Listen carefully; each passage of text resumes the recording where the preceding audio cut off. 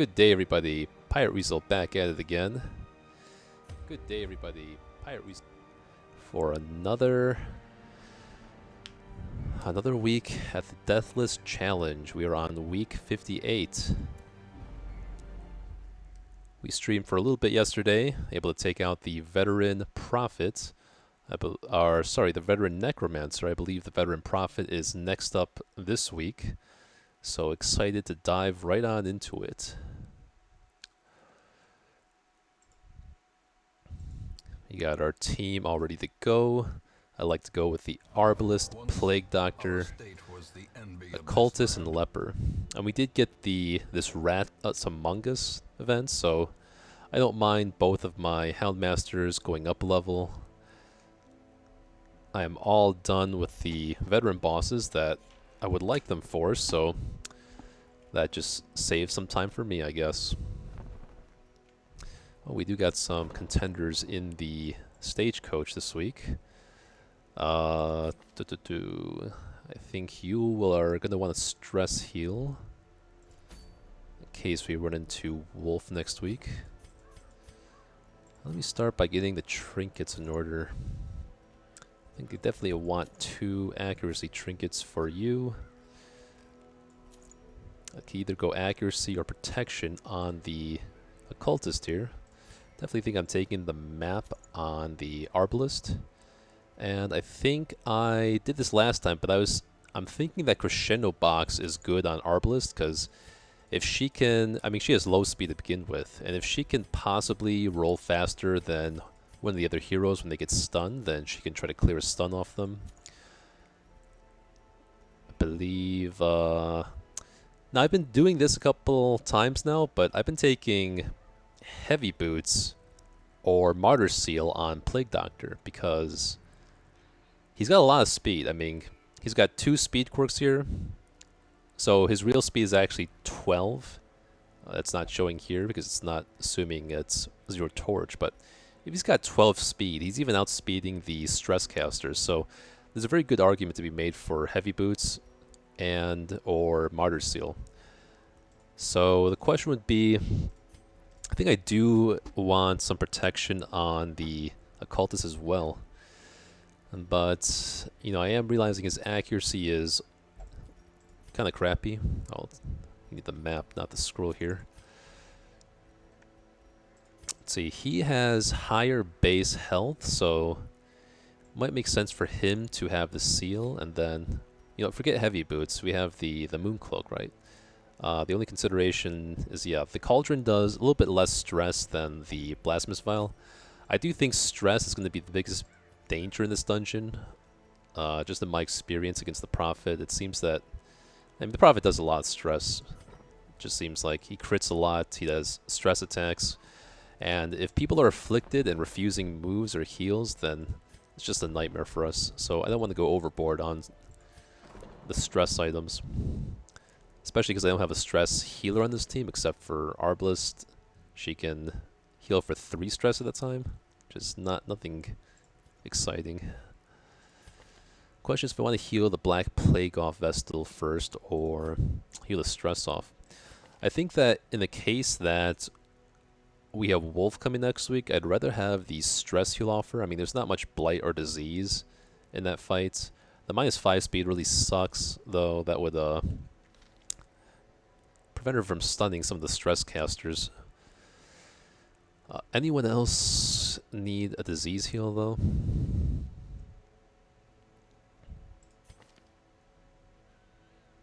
Not really. I think I want to prioritize healing off her stress, because if she... I mean, the thing is, if Wolf comes next week and I have her in the Abbey, then it's possible that... Oh. Never mind, I have a spare Vestal, so I really don't care, I guess. Since I have a spare Vestal, then I'll just take advantage of the Cloister for her, because she can only seem to go in the Cloister. So while that's free, we'll put her there. And then that should be it for... I mean, I guess I could put Flagellant in the Medical Ward as well. That way I don't have to spend camp buffs removing that disease from him. Now let's take a look at the Level 3 heroes here. Natural, Faded, Ruins Adventure. Now, I am considering possibly using 3 Houndmasters, one for each of the darkest dungeons. As in DD2, I definitely want to run Houndmaster. I tend to like Houndmaster in DD3. And I believe I may utilize the dodge strat with Houndmaster in the final boss as well. This Flagellant has Ashen, it's not great. None of these quirks are great either, except for a Wheel Adventure could be of some use, but I don't need to do that. None of these quirks are good on the Houndmaster though, unfortunately, so I may end up just skipping him. As far as the mercenaries here, Gifted Lurker, Fast Healer, we have 3 vessels to choose from. These are not good, so it could be an argument made for Hard Noggin and Natural Swing.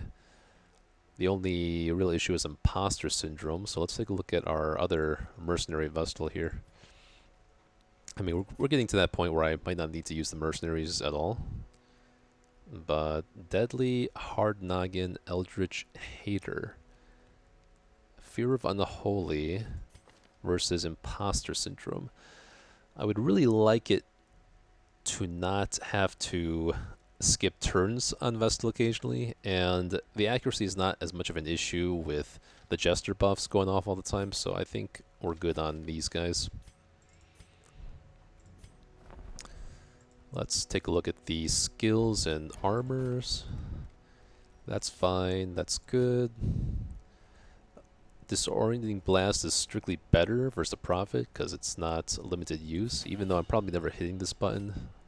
I don't see a scenario where I'm ever hitting a button to try to stun the Prophet over just damaging him with Plague Doctor. That's all in order.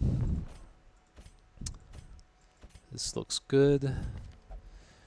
So, yeah, Cure versus... Cure might be better when he has a disease. Experimental Vapor is probably more useful just in a regular dungeon here. Don't need any of those. We can do this. Could make an argument for Demon's Pull too.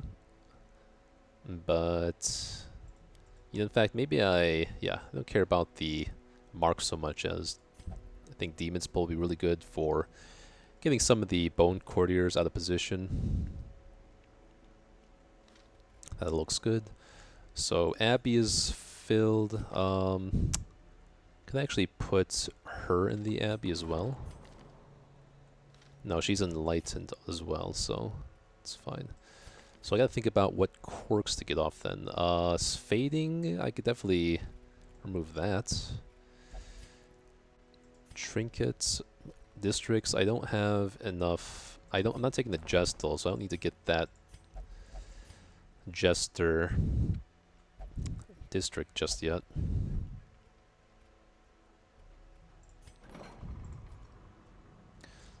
I think I want to leave the Houndmasters out this week because they can just level up for free. So let's take a look at the highest level heroes first. Winded, Phengophobia. I might want this guy against the Baron. There's a case to be made for removing that soon. Also for the Farmstead, they want to remove that, so I think he's a contender here. Tone Deaf is kind of unfortunate for the Farmstead, but so is Light Sensitive. I definitely want to use her in the Farmstead or the Gripson Court as well. But I do have this Shield Breaker that can do either of those things, so it's not as much of a priority. Fading, definitely want to get rid of though. Calm is very bad though, so I think, yeah, I want to do this first. Get rid of Calm and get rid of and lock in on guard while I can. It's probably guaranteed decision here. Let's just take a last look. Yeah, so let's do that. Take a look and see if we can sell anything.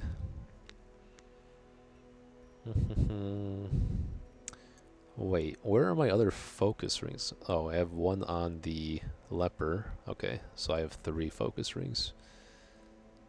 Thought I had 4 or something. No.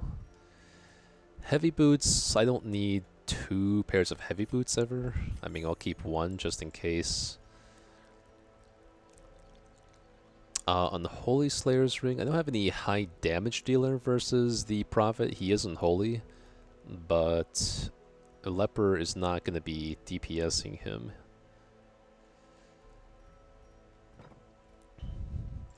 Okay, so I think we're pretty good here.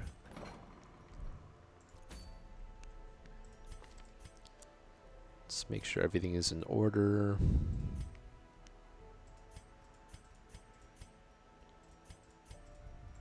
Do I want to go Feather Crystal on anyone? Could make an argument for Feather Crystal on the Cultist. That's what I usually like to do, because his speed could be higher, I guess.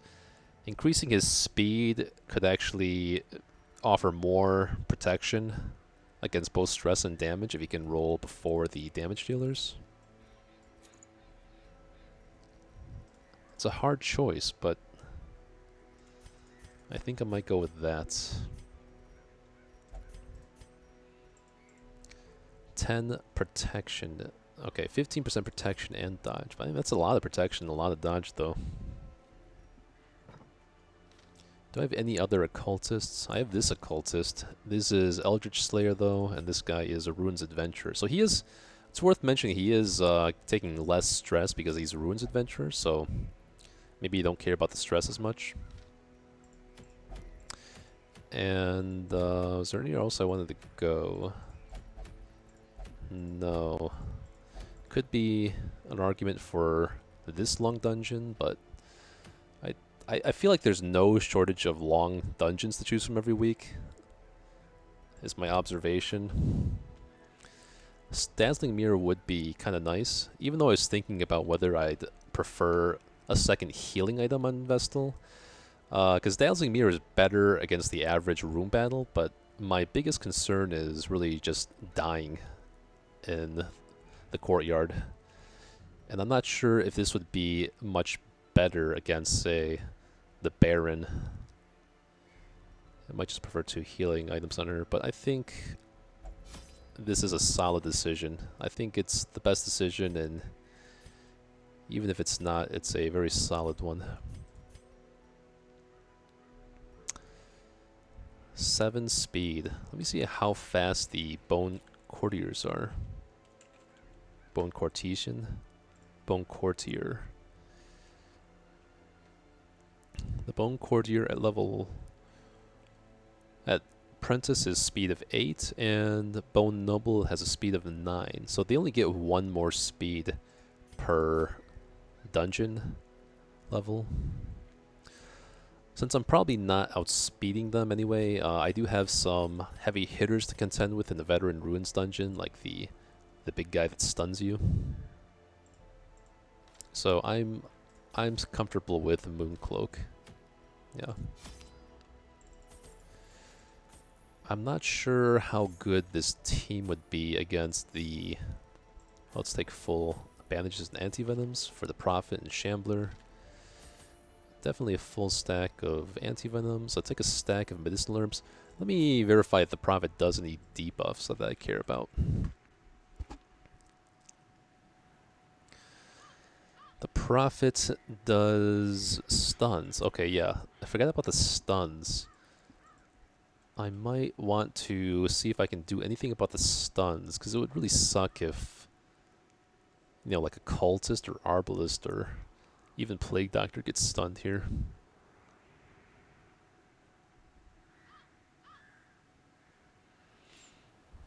Does he not get multiple... Does he not get increasing actions per dungeon level?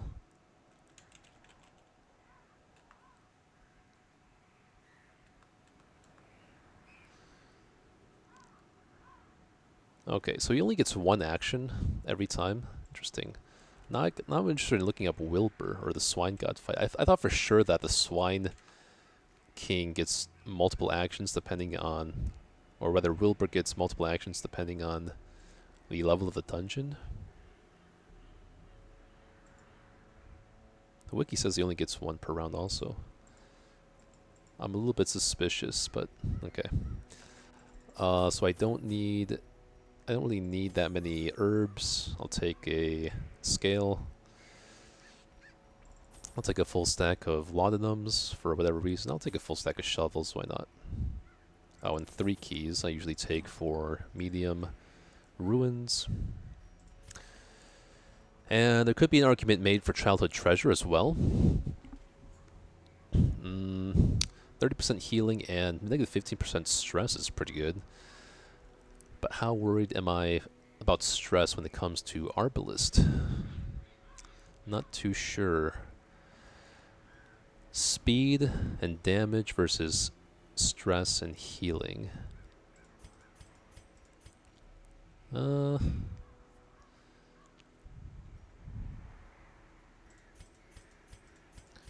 speed could actually help with both healing and stress if I get to roll before some enemies. I have 4 sources of heal. Yeah, it's a tough choice, but I think I'll stick with the crescendo box. 3 keys. Okay, should be good. No one has the curse. Let's do it.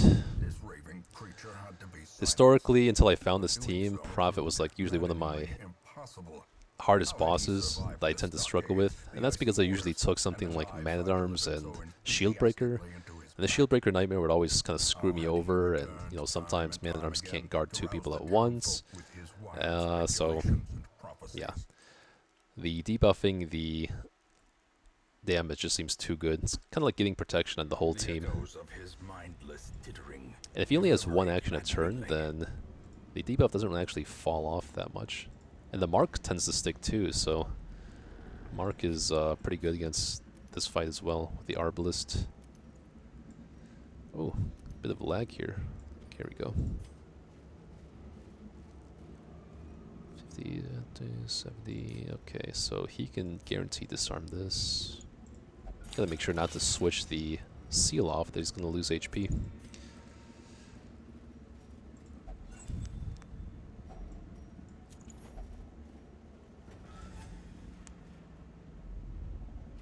Okay, if it's not scouted, then we have our blind fire equipped. I'm almost wondering if Incision could be worth it in the case of a Shambler or something. He is in position 3, so he can use it regardless of what kind of battle we get here. Usually you get like some cultist brawlers or something in the front line that Incision could be just better against. Or as good. Even the cold stone seems bent on preventing passage. Get a pretty good map layout here too, and no shuffle. That's very nice. Let's see. I think I would like to, stun the spearman. Okay, if I go double stun, then Occultist is stunning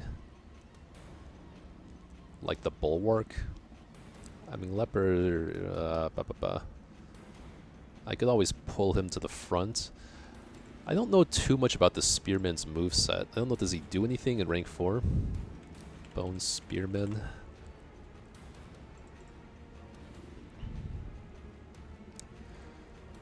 So he can use Spear Thrust in rank 4. That's his more damaging move. Okay. If I go the Blight here, I can stun this Spearman with the Cultist and then smack the Marksman with Arbalist. I kind of like that idea. I should outspeed both of them. I could also just pull the... If I pull the Marksman, then he has to, you know, do his jab attack and then...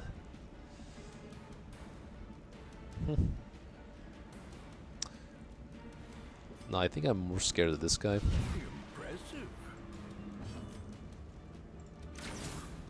Okay. Exposed to a killing blow.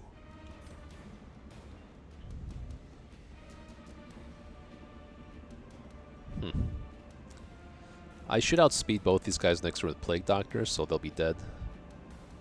I'll just go ahead and kill this guy. Well, now I can't hit them both at once, but...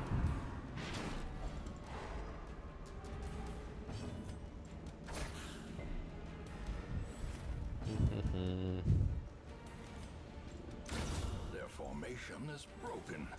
Maintain the I guess this works out.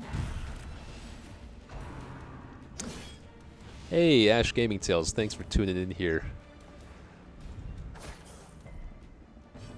Always glad to see you, man.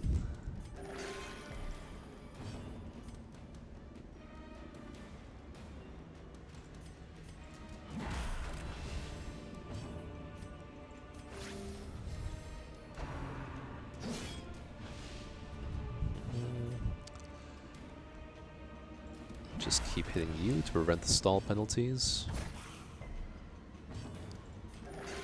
I could go for some minor stress healing here.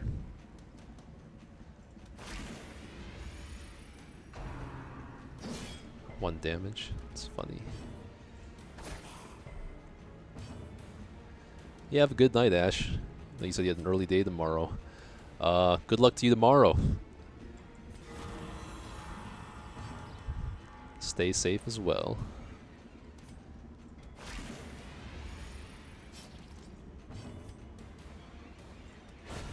Continue the onslaught. Alrighty. Destroy them all. So 1, 2, 3, 4. It's the lowest room, so it should be in this room. And still no scouting, unfortunately. Okay. I don't think I care about his gold as much as crest at this point. No one is at low enough stress really to, or high enough stress really to justify the fountain.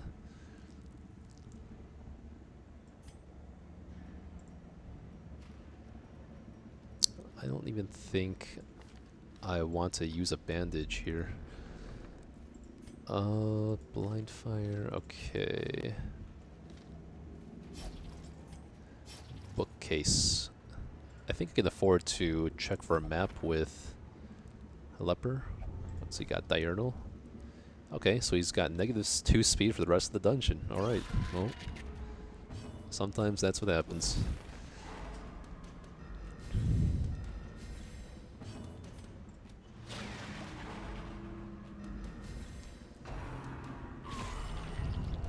Okay.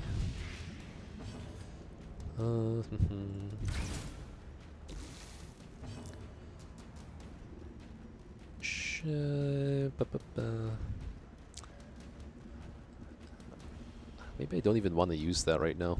Yeah, he could just blight me again, I guess. I have a negative bleed resist, okay.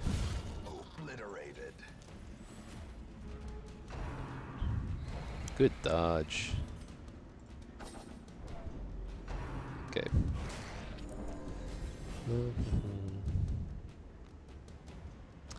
Stun this guy. Nope, there's that accuracy coming in. Phew. Nah. Annihilated. Then we can try to outspeed him with Plague Doctor. Oh, this guy loves critting. Reeling. About to break. Good. That I... Let's see.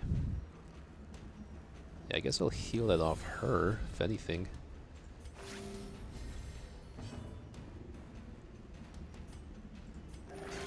Okay.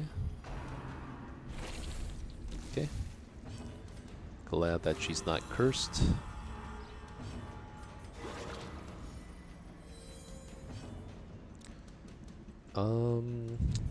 There's no chance of stunning, right? Even with Cauldron. This guy is just insanely resistant to stun, but I'll do a little bit of damage to him to allow me to stall.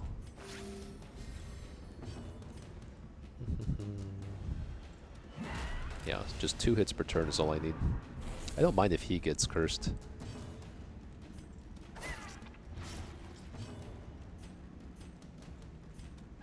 Okay, let's do this, and then more heal, and then maybe a little bit of stress heal with her. Okay. Great is the weapon that cuts Not on the its worst. Yeah, let's leave all that. I mean, I don't even need to keep the crest in my inventory right now. Alright, great, some scouting. And it's a nice, easy corridor here. First hunger check, so we can look to camp. Well, I think, okay, again with this disease resist. Good. I'm gonna try to see if I can camp right before the boss room, ideally. Let's see how this fight goes. It is scouted. I think I'm still more scared of the Shambler though, so I'll keep blind fire on. Cause blind fire, I mean I'll keep the, yeah, keep blind fire on because suppressing fire doesn't do anything against the Shambler. I can take Nauseous Blast though. And yeah, let's just pitch the crest so we can take 10% stress off our Arbalist here. Okay. And this does more blight damage, so we'll do that. This usually crits. Good. Yeah, see? I mean, he's dead now. Okay. So I can just stun this guy. Try to kill this guy.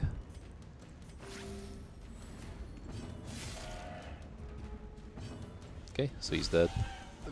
Good. Not a bad fight, just like one crit. Gently. This is how a life is taken. So again, let's just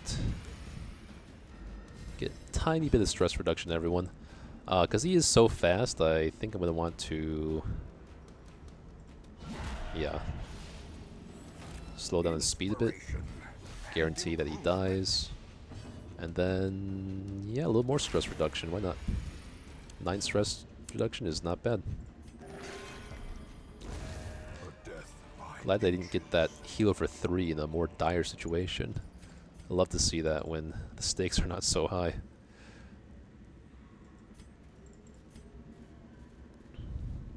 Perfect. Paranormia. I don't think that... yeah, I don't think he had a chance of interacting with that anyway, but very nice to get that when my Arbalist is at like 40 stress. Okay, another unscouted. Do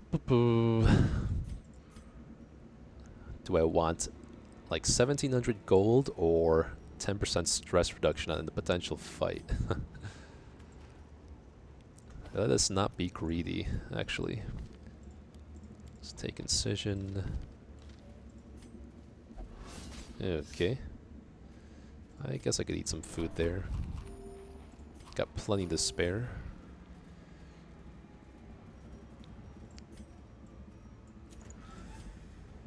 Scouting, please. Oh. Well, no shuffle. I am thankful enough for that.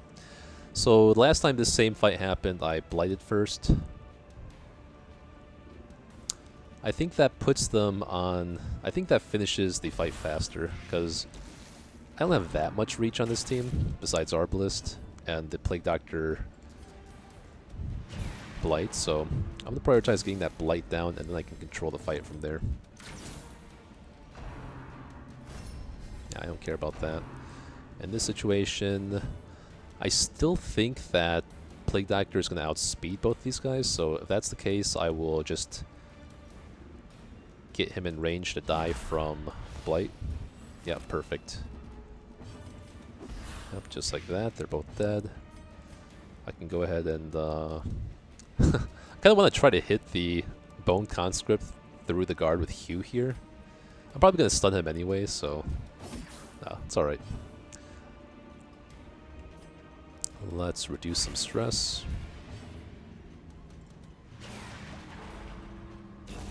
The slow death. Alright, let's see what you got, big man. Alright, nice try though. Eradicated. More stress heal.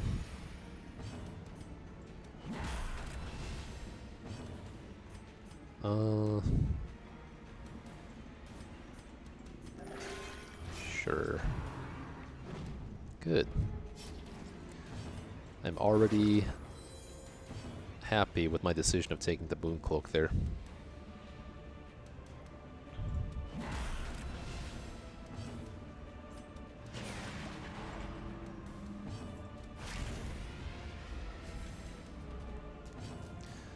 Profit without guard, interesting strategy.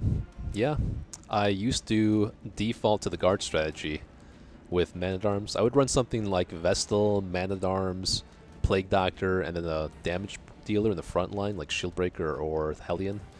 But I have noticed that it is not very reliable to guard, because not only does the Prophet hit 2 targets at once a lot of times, he also tends to stun a lot, and you can get some stun resist on Man-at-Arms, but sometimes you get stunned, and then 2 people may be taking like 40 damage. So by reducing his damage with 2 guys here, Occultist and Leper, it really, comes down to a tickle.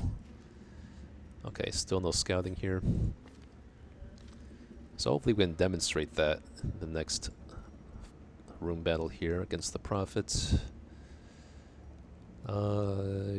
Let's camp. I think I do want to prevent ambush still. So we're going to take off some stress trinkets, 10%. So we're going to take off Blast Misfile, and we'll swap out Demon's Cauldron. Unspeakable Commune. And let's put these back on them. Let's put this on her, because we have no scouting to do in the next hallway here. I think I want the accuracy on the Leper for sure. Reflection, that'll get him down to 0.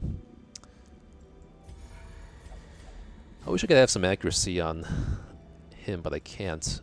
Again, speed buff against the Prophet, I don't know that actually does anything. It would help in a potential hallway battle here, but otherwise, yeah, definitely gonna get the damage buff here and heal off that slowness debuff. Arbalest tends to go last anyway, but if she could possibly roll beforehand, then she could help to clear some stuns. And then I might just self-medicate with Plague Doctor, I guess. The alternative would be using Dark Strength on Arbalest or something. The Plague Doctor already has a ton of accuracy from the Blast Misfile, so it might be quicker to finish the fight, or I could just heal off everyone's stress. Yeah, maybe I run into the Shambler and this stress reduction is gonna be the most impactful. Or even Bloody Shroud. I don't think he's dying anytime soon though. Let's just quarantine. And let me just verify the boss positioning here. Boss should be the farthest, then the lowest, I believe. The same, okay, it's the furthest room down, okay. If they're the same length. So, let's see, we got Blind Fire, we got our map unequipped, we got Incision equipped. Should be good. Okay. Mechanical hazards. Let's go ahead and eat 4 food, actually, so in case we hit a hunger check here, he can actually sneak in 1 extra food. Alright, so we're ready for the boss here. I can take... Suppressing Fire is actually good against the boss. I do need Bandage, though, and I do need Rallying Flare, so we'll skip the mark. Plague Doctor is always going to have Plague Grenade. Incision. Incision, actually, the niche use of Incision is to just kill a pew at the end of the fight. I've actually done that once. Again, never... It doesn't make sense to use Emboldening Vapors when I don't have a damage dealer in the front line here. So this is definitely going to be these 3 skills, these 4 skills, and then Leper can take Withstand. I'm not going to have time to hit Revenge, so I didn't even bother leveling that up. So this should be good. Let's see, 4 skills, 4 skills, 4 skills, 4 skills. And I did realize in the last one of my last runs that, yeah, using Holy Water now has no disadvantages over doing it at the start of their turns. Because they're gonna take a turn and then Prophet's gonna like do a blight on some people. So let's just pop the potions now, I guess. We have 8, so that's perfect. We can re-up our potions halfway through the fight. Alright, we're all set for the veteran Prophet here. The madman hides there, behind the Okay. pillars, He's got the spouting Martyr his Seal, so mindless it's going to be riddle. much safer than otherwise. Let's go ahead and get our Blight going. He's going to be our main source of damage in this fight. Going to start hitting our debuffs. Okay, no miss, that's good. I'm actually going to hit Suppressing Fire this turn because minus 18% crit.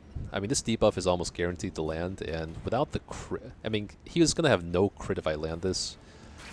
And that will prevent... hopefully he doesn't get stunned. Good. I think he has a lot of stun resist, naturally. Yeah, he has a lot more stun resist than the average champion. So he's already reduced his damage by 17%. This will be like another 30 or so. So he took 18 there with a 30% damage reduction, and then now it's only going to get reduced more and more. Singular strike. There's an argument to be made to bandage him up here.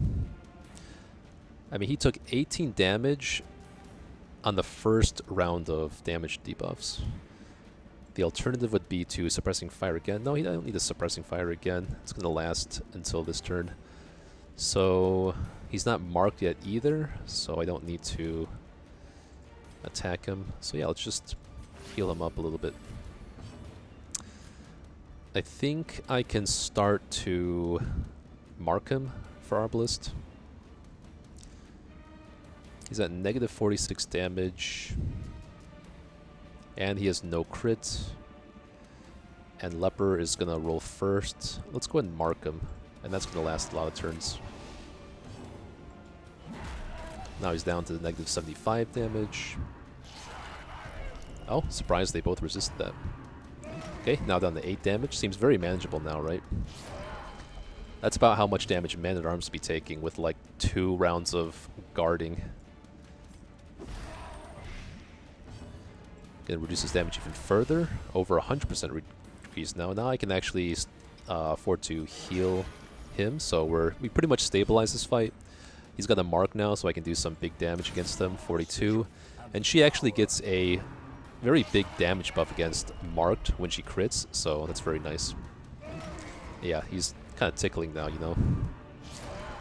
And this is why I took Crescendo Box on Arbalist, because maybe she has a chance of rolling before Occultist and clearing that stun, but it's not very likely. I can go ahead and pop a Holy Water here, but I think I'll actually save it because he's not actually prognosticated.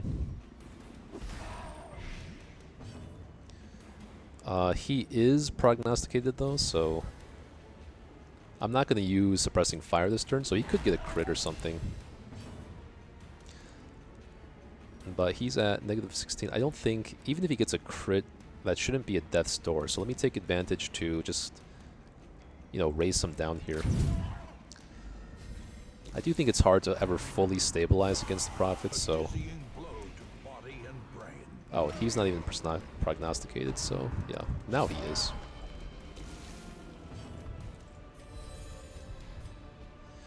This guy should pretty much be dead, kinda.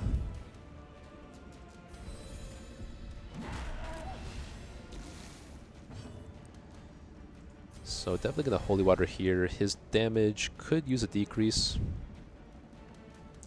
Because if I heal for 0 and bleed myself or something, I could be in trouble. Just play it safe and debuff his damage. Masterfully executed.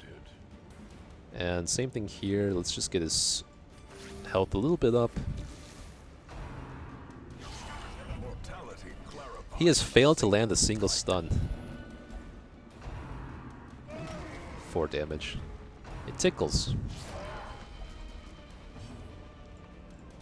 With that, he should be... Yeah, he's like pretty much dead. He's one away from dying. So I know Occult is going to roll first, so question is, do I want to heal him up or reduce party stress? I think I just want to heal him up a little bit. And then I can... Well, I could just actually guarantee he dies, and then Occultist can use his turn to heal instead of doing 1 damage to this guy. So this is a 95% chance to hit, so is this. This is 13% crit versus 28. I actually don't want to kill him outright yet. I just want to guarantee I get a turn to heal here. And let's do that on... He got the healing receive buff, so... Okay, well, that was a wimpy heal. But still, very easy time versus Veteran Prophet there. As victories mount, so too will resistance. Let's go ahead and eat 2 food on him while he's still got the bonus heal buff. Alright, let's get our skills back while we backtrack for some loot here. Every fight should be scouted from here on, so I'll take Suppressing Fire, I think. Well, no, hallway battles shouldn't usually have 4 enemies a lot of times, so it's kind of a waste. I will get Nauseous Blast back, though. And we'll get our Sacrificial Stab back. And Demon's Pull. Hue, Solemnity, Intimidate. Okay. And we'll use him to pick up all the loot from now on, so he doesn't bark at anyone. Don't need that last anti-venom.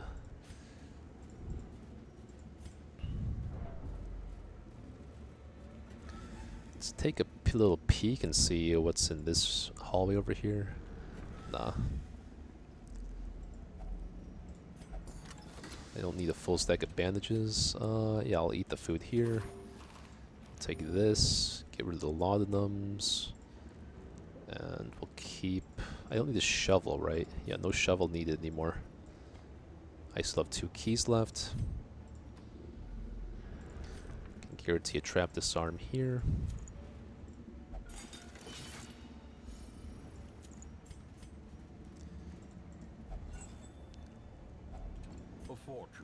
Okay, what else don't I need?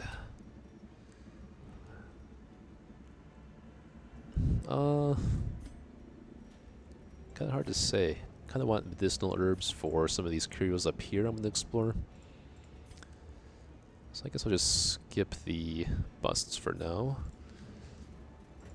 The portraits don't have an immediate use, but I'm going to slowly save up for House of the Yellow Hand to get the crit buffs on Highwayman, Bounty Hunter, and Grave Robber. I'm going to do a circle here, a little bit of a circle. Let's have you... Yeah. Okay. Alrighty. Yeah. Let's put the map back on you for a moment. Okay, no scouting. So maybe I head down the other way and then try to get a scout from here. Glittering gold, trinkets and baubles. Paid for in blood. I guess I care more about bust than a speed stone, which is just going to be for 750 gold. Okay, we do get a battle scouted here. Let's put this on her. Okay. Feeling comfortable taking on the hallway battle. Oh, of course it's the Shambler, though. I'm probably just going to end up retreating from this fight.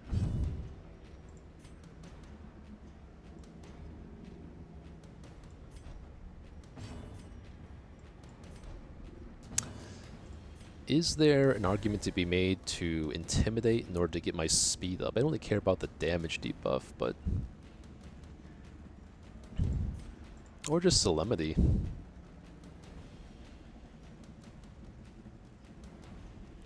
Like, what are the odds I'm actually going to try to kill him here?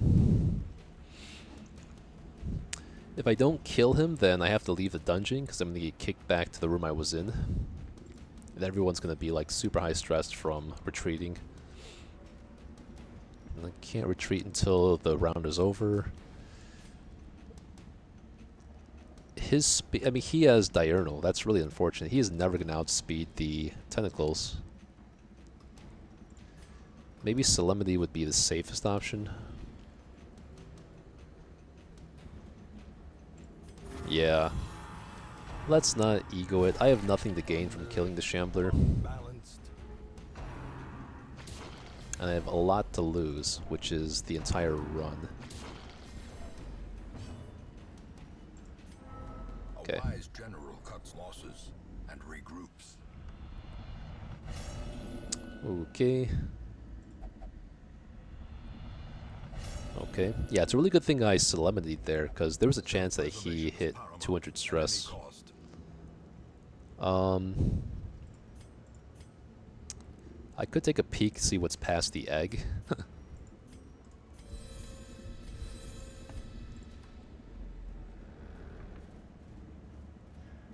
I can't see, so yeah, just retreat, because any hallway battle after that, I think, is going to be the Shambler again. And I can't risk another retreat like that. That doesn't mean I can't get much gold this time, unfortunately. Shocker is very bad against the fights that I use Arbalist against, which is the Swine King and the Prophet. So I have to get that offer. Compulsive is pretty bad in High Infestation. He can interact with the egg. So is Grey Rot. Well, Grey Rot is actually not too bad on him, to be honest. He gets HP and he doesn't care about minus damage. Mankind Hater is good. Nervous is bad. And that needs to be healed off ASAP. Good retreat, no chance. Yup. It'd be very stupid to try to just get a Tentacle Idol off the Shambler for no reason there. It's not even, it's just 7,500 gold. That's all I would get for killing him. Okay, what did I get? I got the Dazzling Mirror, and I can sell the Steady Bracer because I have Focus Rings, which do like the same thing but better. And I also got the Blighting Satchel. I don't need that. Okay, almost hitting my goal of 300k here. And what do we got this week? I could just take on the Sunken Crew.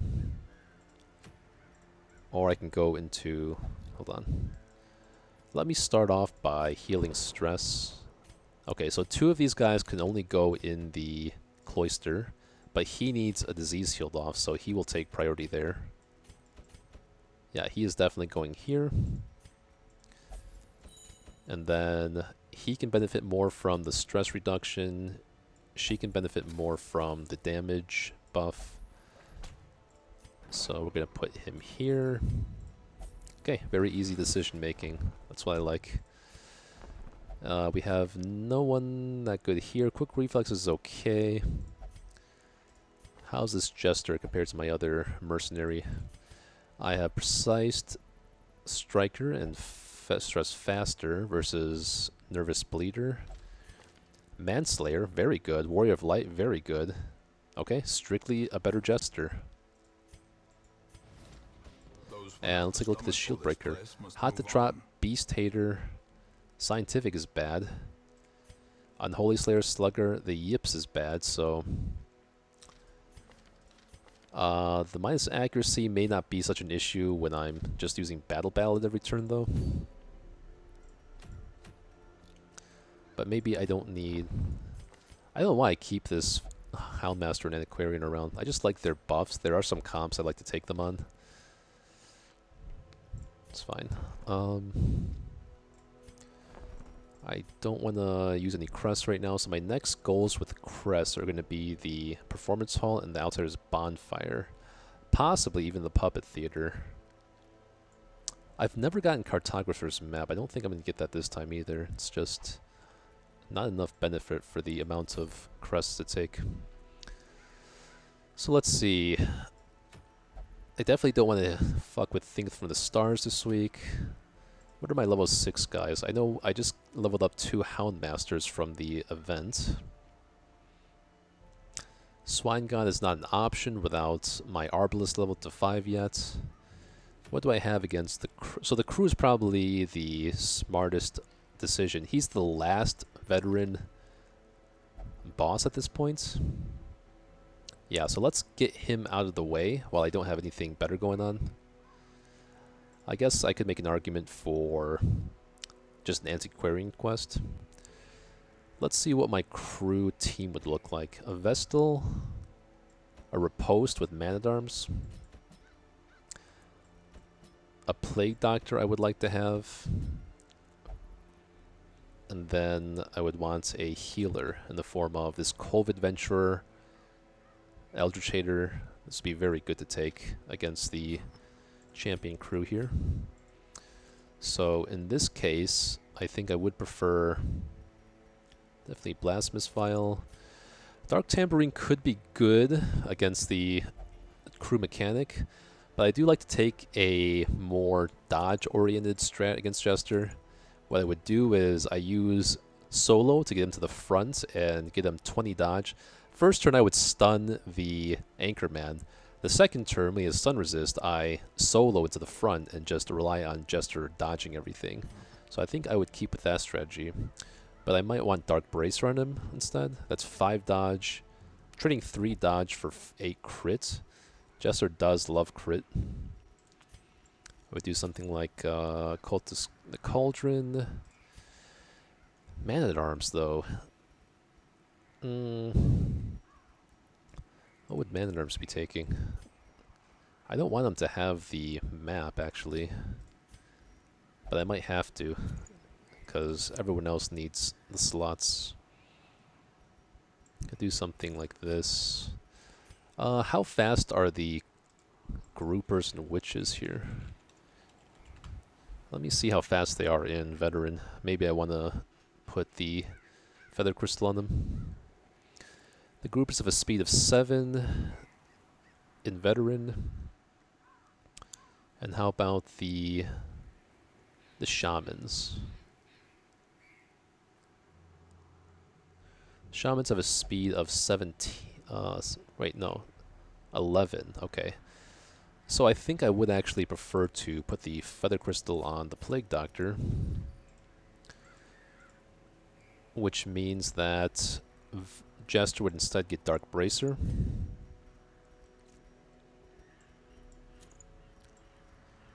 So this gives him 14 speed in Torchless. And then I do think I need some accuracy on the Man-at-Arms. This is between Surgical Gloves and Focus Ring, I guess. 10 accuracy, 5% crit versus 8 crit, 5 accuracy. That's a damn good question. He's got base accuracy of like 105, 100, 100. How does that stack up to something like Jester's? 105, 100. I guess it's about average. Man-at-Arms has like average accuracy. So is it more consistent to go with... Well... Yeah, this is more stats overall. This is 15 total with 10 accuracy, 5 crit. This is only 13. I'm just losing out on some dodges all. And then... I am kind of scared against groupers for the occultist here, so it's between Martyr Seal and... Mooncloak is already used up, so maybe I want Martyr Seal on him. Or Focus Ring would be the alternative to up his accuracy. Let's see. So that would be my team against the Veteran Sunken crew here. As far as the Gentle Tide event, who would I be taking? I can't take him. Could take him. I mean, I might as well get the boss done and then take on the other dungeons on my leisure. Prioritize some long dungeons, probably. So I think I'm comfortable taking on the crew this week then. Which means... Let's see what I need to put here. I do know there's some guys from last week I have to put in here. But... Clumsy Ascetic. I was talking about Highwayman. Get rid of Fengophobia. Unholy Hater, though. That might be good in the like DD1. I tend to hit Highwayman on the first Darkest Dungeon level. Let's see. Are those guys all unholy, or are they... Eldritch.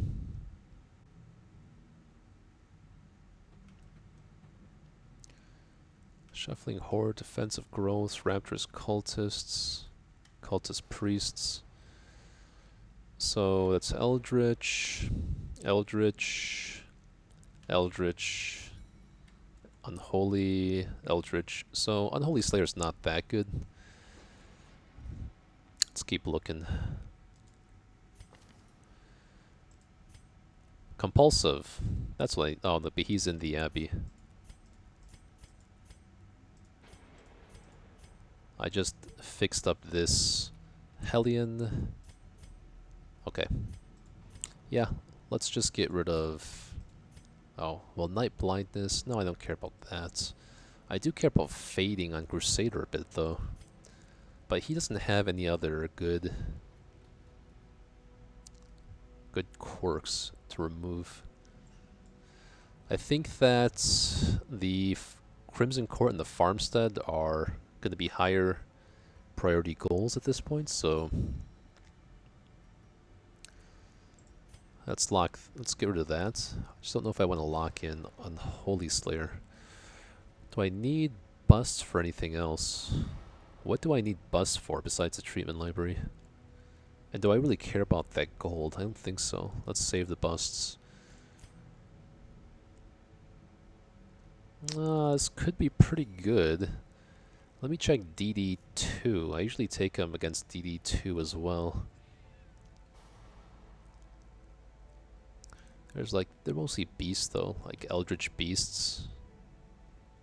Unholy Slayer is just not that good. I would take... If I lock an Unholy Slayer, I could take him on some champion dungeons in the ruins, I guess.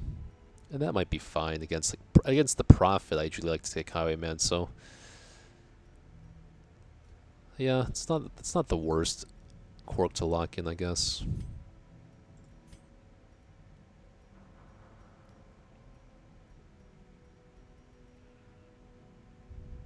Yeah. Alright, we'll commit to it.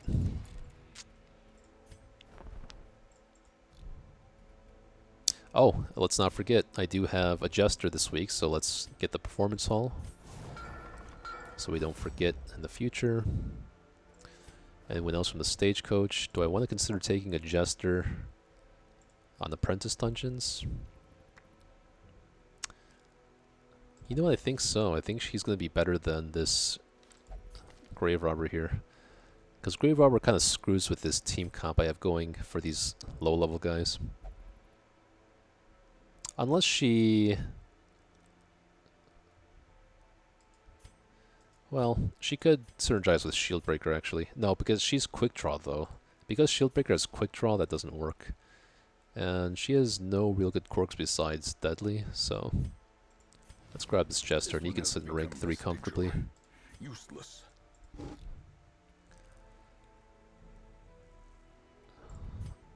Okay. Let's take a look at the skills and armors.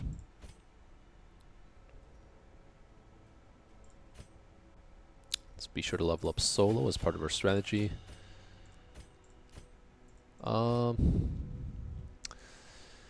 Is there a world where I prefer Abyssal Artillery in the case of an unscouted hallway over Demon's Pull? I don't know. Let me just grab it. Let me grab this too. I have gold, it's fine. Camping. It's fine. That's fine. As long as 2 people have Encourage, I'm fine. I don't need Pep Talk though, so... Maybe Mockery is worth just taking on the niche situation of someone having really low stress while everyone else has high stress. Sacrificial Stab. Weakening Curse. Let's assume it's unscouted for now. No, I did learn something. I did realize something interesting from someone else today, was that they were arguing that Occultist might be safer in position 1, because in position 2 there's some backline or midline enemies that attack position 2. But if he's in position 1, he can't use Demon's Pull though, so in the case that I get shuffled to the back, maybe Abyssal Artillery is just better. But in the scouted hallway, it's probably going to be Weakening Curse. Okay, I think I'm good with this team. I'm feeling pretty comfortable. Let's take 5 shovels, a full stack of anti-venoms, a lot of bandages. Maybe I want to take more herbs than usual. Let's see. I believe that the crew has some annoying debuffs.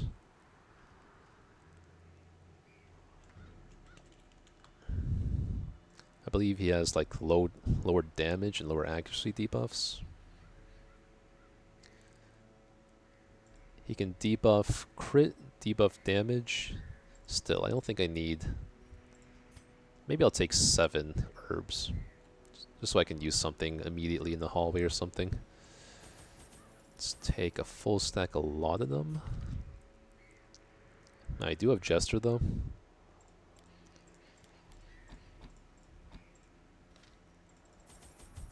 Take a stack of holy waters, a couple keys. I think I'm comfortable like this. Anything I want to sell? Anything I want to equip?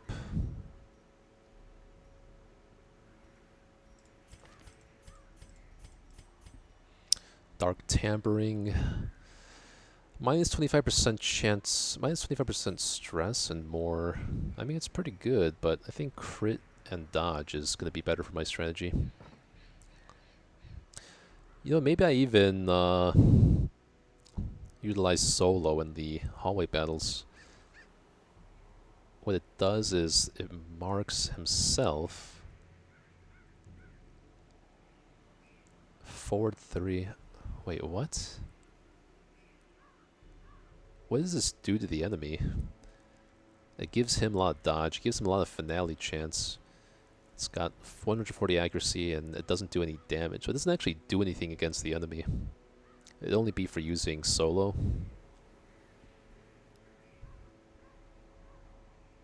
I saw Ash do some kind of strategy like this, but I think I'm more comfortable just sticking with keeping him in rank 3. I don't need any bloods.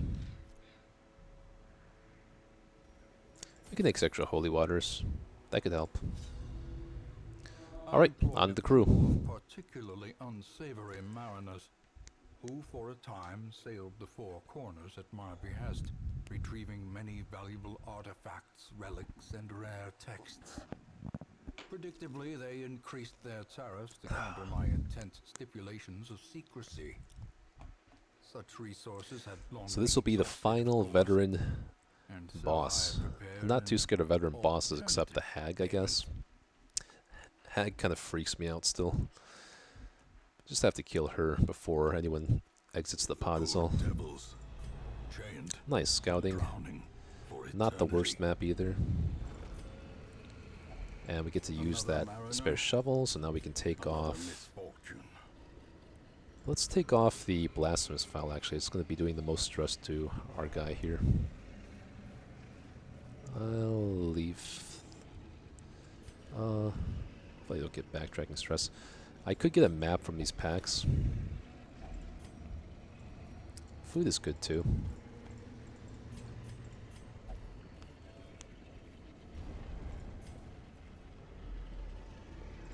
Okay, so we're now at a no scout scenario, in which case I will equip the Incision, just in case he gets shuffled to the front.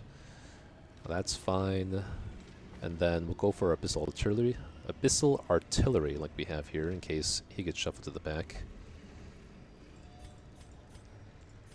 Let's pitch the crest to reduce our stress though. Can't get a map from that, so I don't care much. Okay, good. I will go ahead and just try to kill this guy with Plague Doctor. Oh. I guess that's one disadvantage of taking a decision here. But... oh, good question. A momentary Maybe it's not worth taking. confidence surges as the enemy crumbles. I mean, this is pretty good though. We can... I'm actually gonna stab here so I can... I'm gonna stun him anyway with the... oh, wait. I thought they were oh, okay. I screwed up because I thought I had another turn with Man-at-Arms. So, silly mistake on my part. Could have prevented a lot of damage from coming through.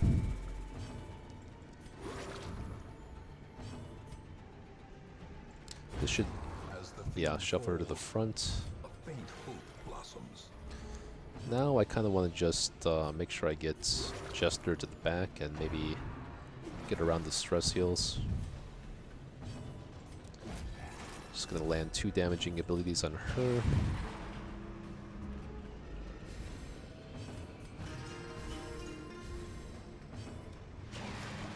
Okay, good. Can get 1 more stress heal in here.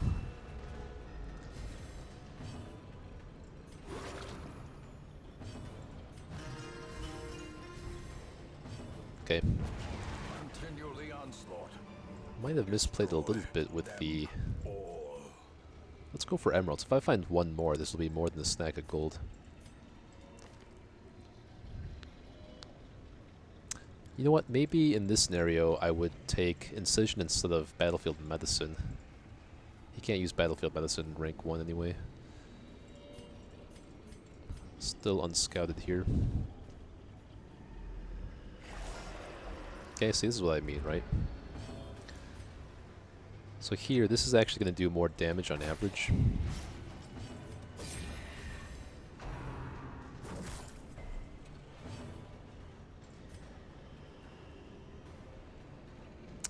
So he's going to take a turn and she's going to take a turn.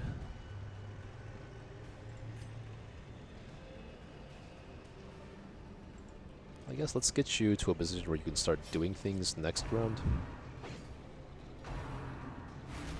That's unfortunate. This is where Abyssal Artillery kind of does something, but maybe I just move him to the front. Let's hope that... let's plan on stunning these guys with Plague Doctor.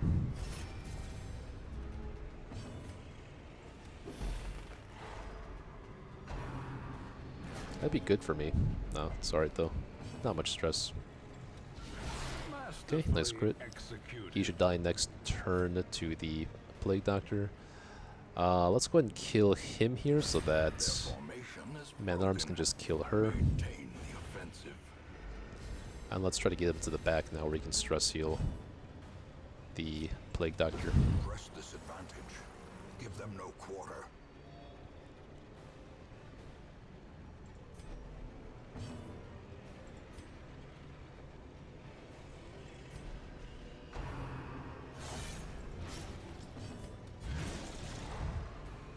Okay, so we've stabilized now. Impressive. I will go ahead and use a band. No, I'm gonna heal with the cultist first in case he applies a bleed to himself, then okay. I'm okay with that happening when there's no stakes right now. Otherwise, I'd be kinda worried.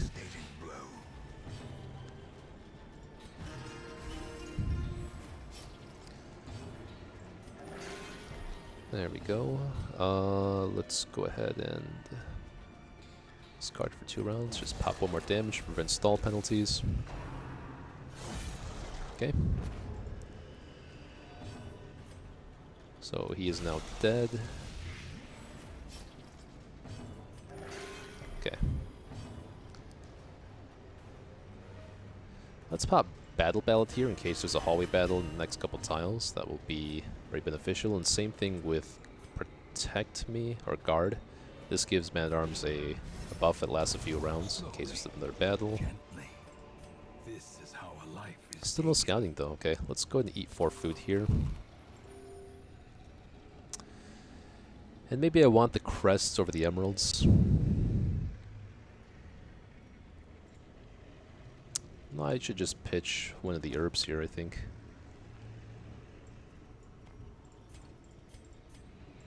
Question is if I want to pitch the crest to get this. Yeah, let's get the map off him. I think I'm fine with this layout skill.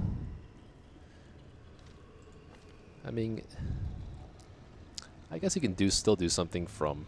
Yeah, let's just do this. This is only punished if he gets shuffled to rank 1, in which case I guess we can just move him.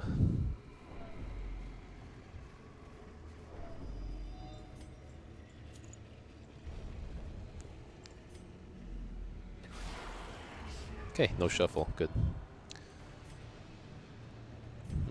Because the Plague Doctor is the only real backline damage here, well, let's see. We can prevent a lot of damage coming in this way and a lot of stress. And just kind of set up here.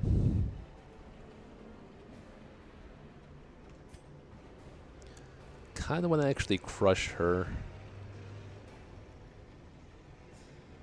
Yeah, because if I do this, then Jester can take him out with Slice Off. A powerful blow.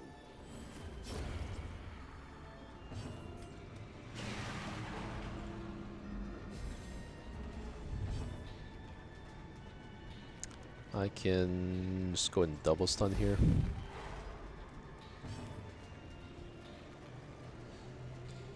Slice off here. Well struck. Try to kill him before he takes a turn. No, that's alright.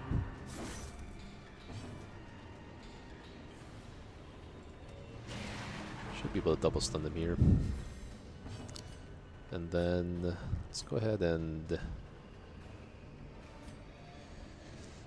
I think I care more about keeping him in that rank. Okay, that's fine. So he cannot be stunned now. Let's try to get rid of him before he takes a turn. Okay.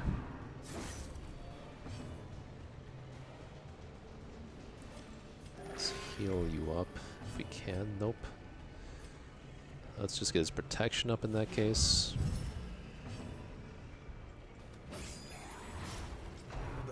This guy actually has a lot of bleed chance, surprisingly.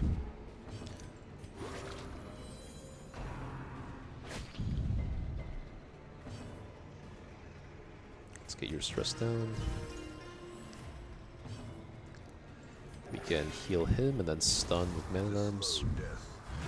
Unforeseen. Unforgiving. This will not kill him. Okay, so he's gonna be dead before he can take a turn. And with this, we can do one stress heal, and then next turn we can pop Battle Ballad.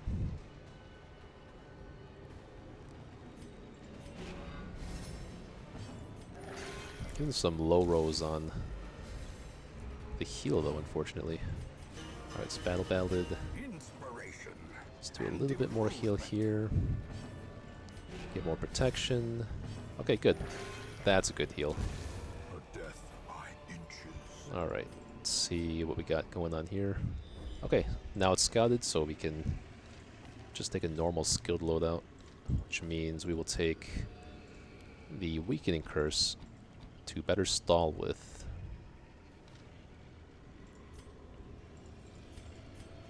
And I can pitch the 100 gold here to, get the map off him. And we'll eat plenty of food here.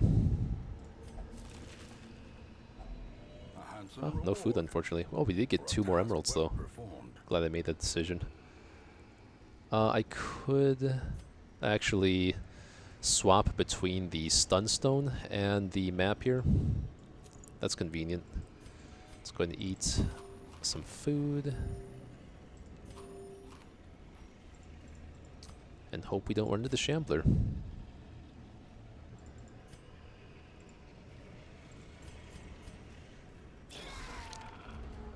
Okay, that's fine. Double stunning here is nice, very nice. Probably can actually stun them again next turn too.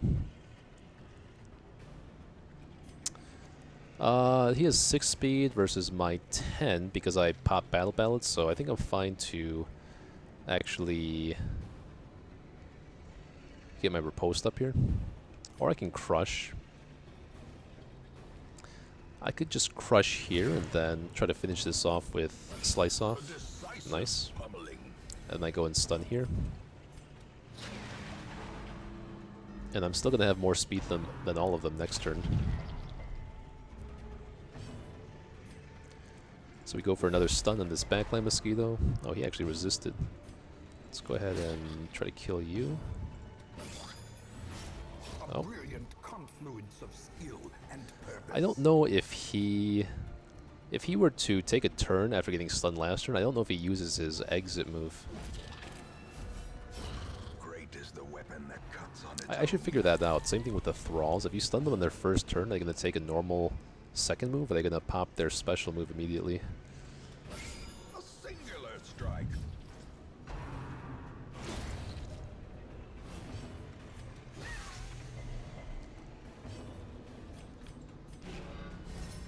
A time to perform beyond Okay. one's limits. Glad he didn't get infected.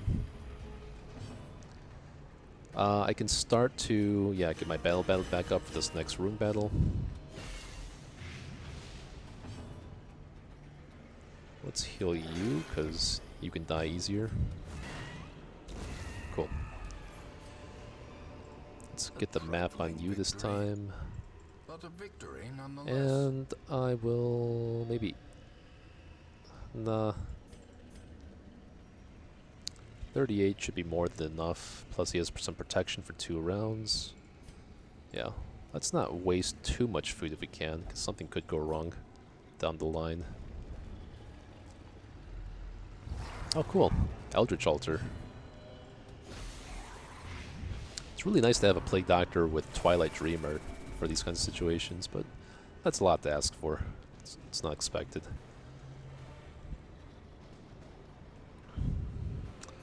I don't want him to be knocked into the back line, but I think this is fine. He's dodging everything. I like to see that. He's not even using Finale either. In this case, we'll Battle Ballad. That should guarantee a stun. Nice crit. It's like 30 damage there. I'm fine with getting his protection and damage down now, instead of trying to go for another stun. And let's make sure you don't get close to afflicting. Can guard you.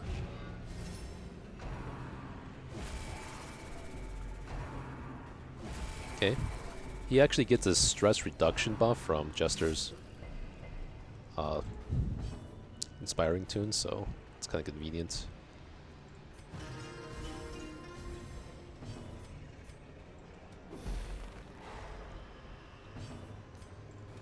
Stun you, kill one of these guys with Man-at-Arms. Nice crit, man.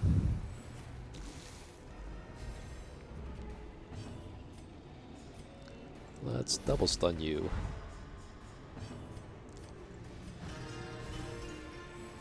And now let's try to heal you up. Okay. Weak heals all around so far, but 7 to 13. Yeah, this guarantees he dies from Plague Doctor next turn. Good resist. Oh, okay. I guess my battle ballad wear off, huh? It's fine.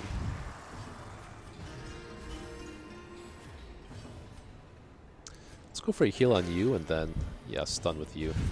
Nice. Well, it's fine. Grievous injury. That's fine. I got Plague Doctor. Otherwise, I just have to use a bandage. I think I'm going to try to stall for one more turn, so let's do an Inspiring Tune, and the next turn I can Battle Ballad.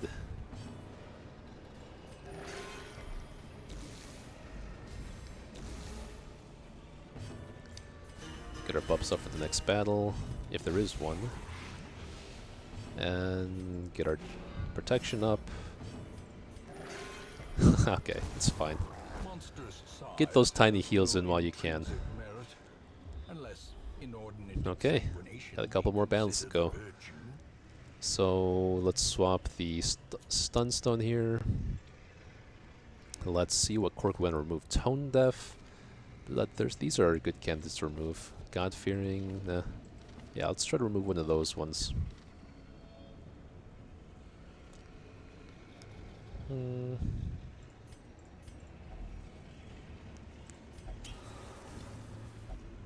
Bloodthirsty. Good.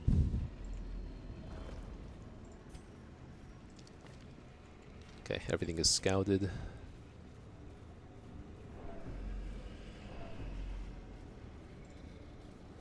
No Shambler. That's all I want to see. It's no Shambler. How does he go first? Huh? What? Quick draw. I never noticed that. Huh. I just assume it's always the battle ballad.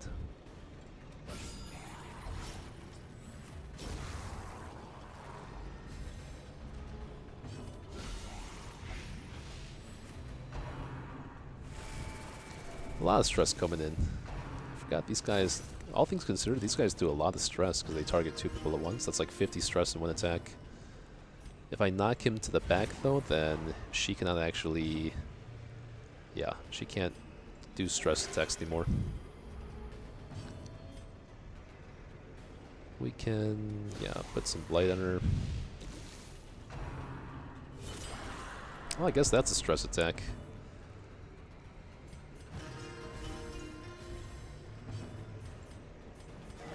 Nice crit. And we can... I don't want to do 6 damage to her for sure. I think I'm fine with... Yeah, just stalling here. She's dead in 2 turns. Yeah, okay, I'm not going to get any stall penalties with that, no. I do want to get our battle ballad for the next room battle here. And then we can heal up a little bit. Okay. Just don't do that in the boss battle. I'm okay with you doing it now. I think I prefer... I could get another round of protection, but I think the stress heal from this fat crit will be better. There we go. Now we can switch the map back on. Triumphant pride precipitates a dizzying fall. Okay. Let's go ahead and battle ballad here. And I'll go ahead and protect him in case of point blank. Let's stun everybody. More stun.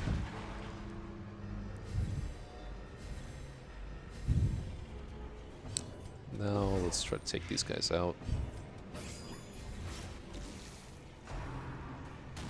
No crit, nice. I can... rather stun you if I can. And then... I want to get a riposte up, actually. I'm good on protection. Okay. That's a lot of stress damage. In this scenario, I think I want to just take advantage of healing both their bleeds. Stun you. 57, 51. Yeah, let's get your stress down.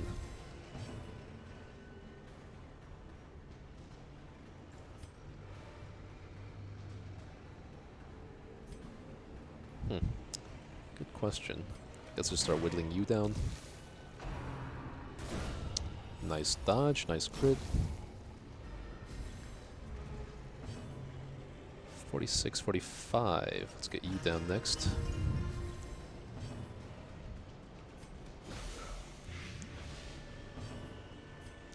Now let's protect you. This is a 170, 50% chance of stun. Let's just get your damage down. Okay, no crit.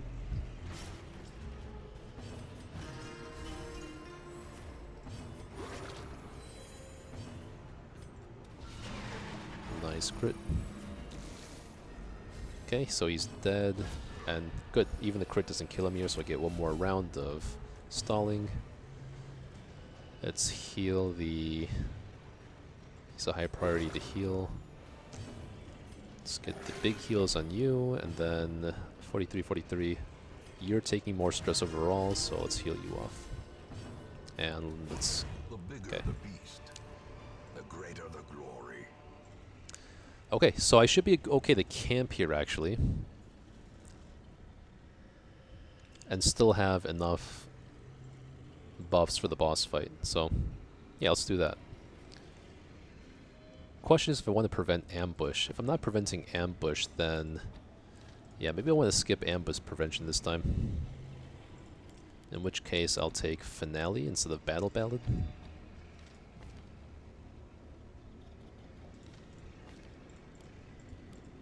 And... Abyssal Artillery. Yeah, let's plan on not using ambush abilities. Huddled together, furtive and vulnerable. I think I'd rather have the deeds so I can start building towards the house of the whatever the district is for Vestals and Crusader, etc. There is still a minor chance of Shambler, but I do want the blood. So let's prioritize the blood over a stack of gold, even as weird as it sounds. Definitely want the dodge buff on everyone. A damage buff would be nice, but is it needed? I don't know. Because it gives crit. I guess crit would be nice. That doesn't land on man-at-arms is all.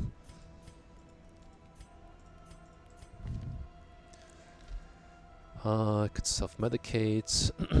Every rose has its thorn. Oh, Tiger's Eye might be nice. But who would need it, though? Oh, this guy actually needs accuracy, so we're definitely going to Tiger's Eye here. And then that leaves us just to weapons practice, I think is fine. Unless I want to Dark Strength someone. Maybe that makes more sense. Let's do... Every rose has its thorn. And then let's take this stress trinket off you and Dark Strength on Man-at-Arms for his riposte. And I think that would be a really good setup for the boss here. We do get an ambush, but we did prepare for our skills for that. It's a very non-threatening ambush.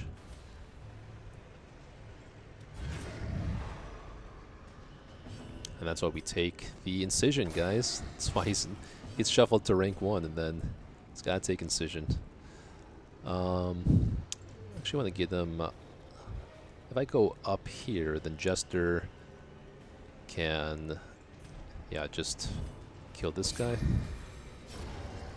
And then we're taking 2 hits from these guys. Dodge, good.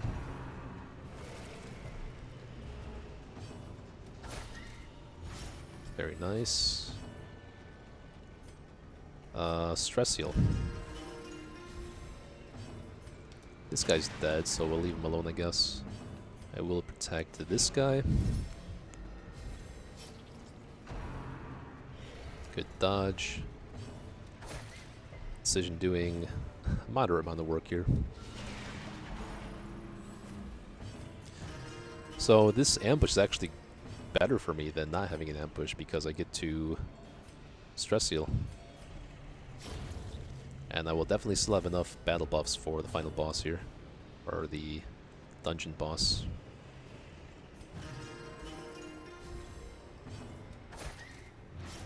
Yeah, a lot of work out of Incision. And an ambush like this. Very nice. Back down to 0 stress almost. Seize this momentum. Push on to the task's end. I would like to take the portraits, actually, because I need to build towards the House of the Yellow Hand at some point. I don't think I'm taking, you know... I don't want to be stupid here. The bandages are going to be better than some of these things. Still need a shovel. Could use the keys. Yeah, let's... Let's put the crest in the back burner. No, I want the crest. Let's ditch the blood then, in that case. Yeah, that's fine. Let's not forget to put the map back on Man-at-Arms before we hit this room here.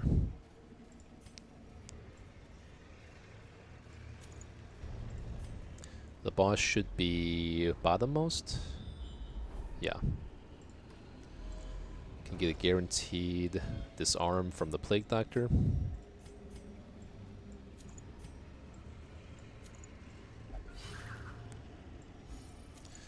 You know what? I should have taken... Oh, good. I do have Emboldening Vapors. How did this get to level 4? I don't remember leveling up that ability, but I'm glad I have it for this one. Because I think that's better for him to do in rank 1 if he gets shuffled there rather than Incision.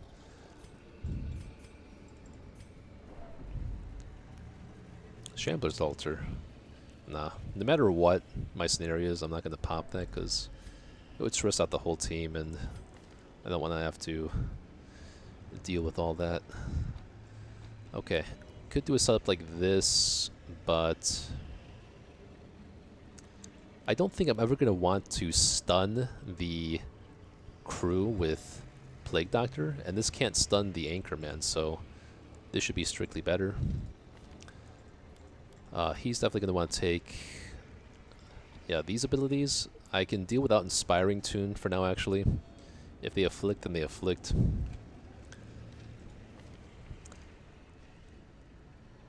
I don't even know if I want to guard.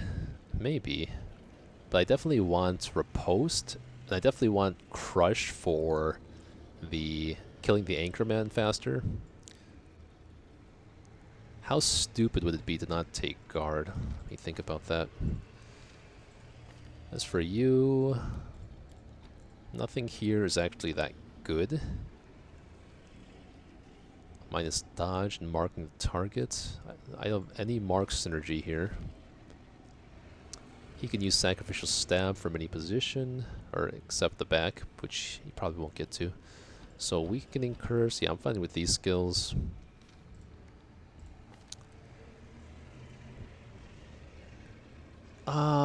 Bolster would be really good for the dodge strat I'm using, though.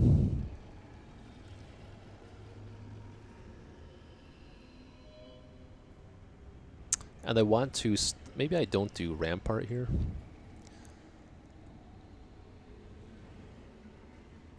Let me take this and see how that plays out. I'm not too scared about losing this fight. I guess it's more experimental to see what works. Let's go and pop Holy Water on these two guys, though, first. Because sometimes... or even this guy, too. Sometimes the crew can crit and big bleed. Got Finale... okay, should be good. Veteran crew, okay. So, going to, yeah, start blighting this guy. Or the other argument for using Emboldening Vapors first is that he might heal off of the Anchorman anyway, so while we could just get Emboldening Vapors up on Man-at-Arms. Otherwise, I'm missing out on like 18 damage, which is not the worst either. And then I think when the Anchorman throws his anchor, it clears. It may clear the Nauseous Blast.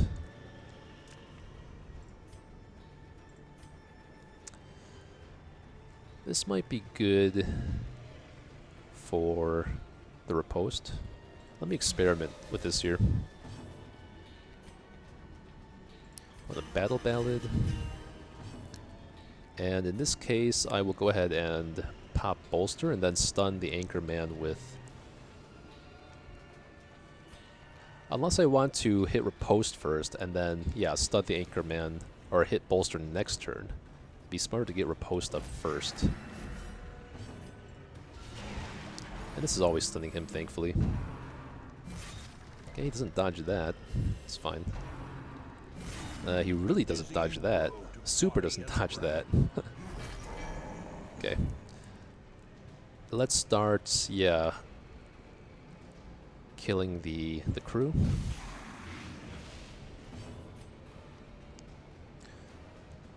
Let me go for the solo here.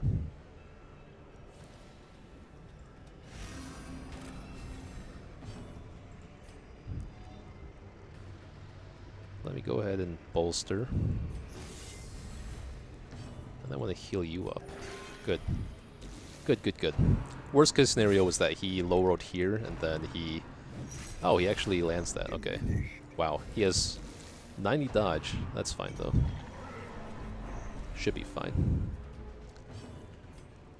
So I don't want to finale just yet. Let's just focus on killing this thing.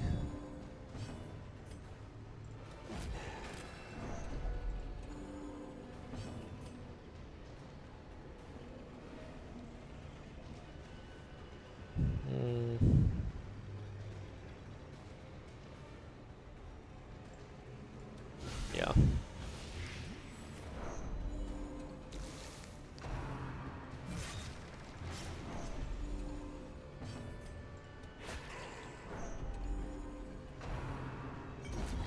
Okay, there's the repose coming in. Fortunately, this guy is almost afflicted. It's not good.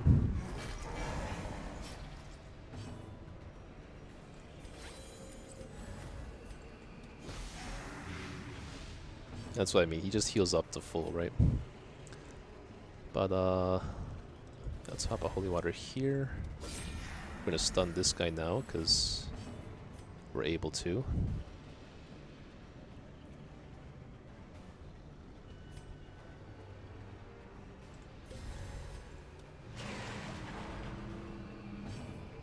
And let's go and protect this guy.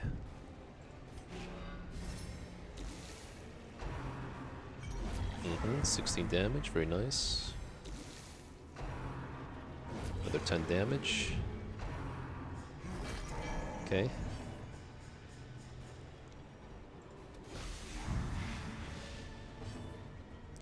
Can I go for a double stun here, maybe? It's a 50% chance. I think it's worth a shot. Good. Let's get our repose back up. And this fight is looking to be over. I have finale next turn. Yep, so he keeps targeting that. So good thing I brought guard. That means that decision to take guard was a good one. And I should be able to finale him for the finish here. I can't actually crush though. Cannot crush. Okay. What happens if I guard Jester with the Anchorman? I'm not too sure, because he... Do we do that just for science? No, because... Oh, no, actually it would work this way, because Jester's going to use Finale. If it doesn't kill him, then he's going to the back of the line. But he gets a lucky crit for 80, so... Alright, we don't get to see that interaction, but... I'm just happy to take the win. Did I pass a chest on the way here that requires the shovel? I can't remember. Let's pitch the bandages, though.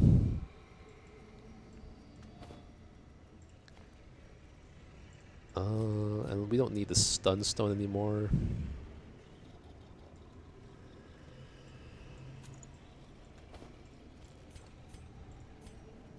Still got 2 stacks of food. I don't think I need the anti-med venom anymore, though. If I run into a Shambler, I just bail like the last time. Yeah, should be good. Veteran crew is down. Let's get our skills back in order. Kind of sorry the battle didn't work, or the solo didn't work for the dodge strat, but usually when I use that strat I have the finger bone from the Crimson Court. That adds a lot of dodge in position 1, so that would be really needed to make the strategy work. Hopefully I get that by the champion dungeon. I do think that Bolster did do some work here. Just dodging a lot of attacks with Man-at-Arms at least.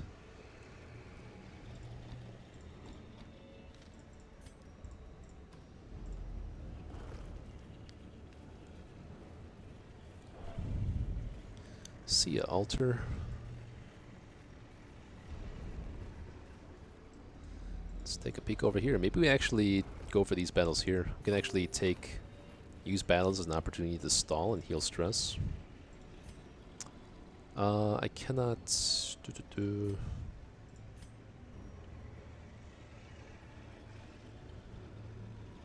Let's actually heal up on food to clear out that space and also be safe anyway. And then I can put the map on Jester to guarantee the disarm and prevents him from afflicting in one hit. Well, he might still afflict from one hit, but it's fine. Secret room? Nope. Just another trap. Okay.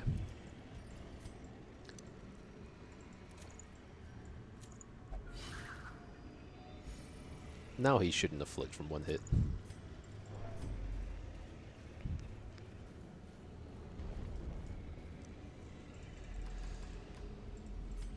Okay, keep the map off. Oh, okay. Well, better now than during the actual walk to the boss. Getting a lot of these guys. Let's see. Normally I would just hit riposte here. Go for a stun. Okay.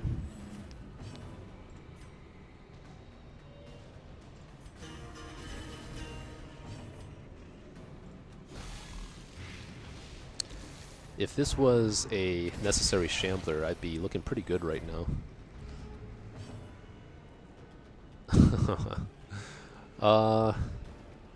You know, there is a world where just killing the shambler here does less stress to me than retreating. Let's see how this goes. I do have Battle Ballad. I do love this positioning. This is like almost perfect positioning for shambler because I can spam Battle Ballad every turn with Jester and outspeed these tentacles, which is crucial.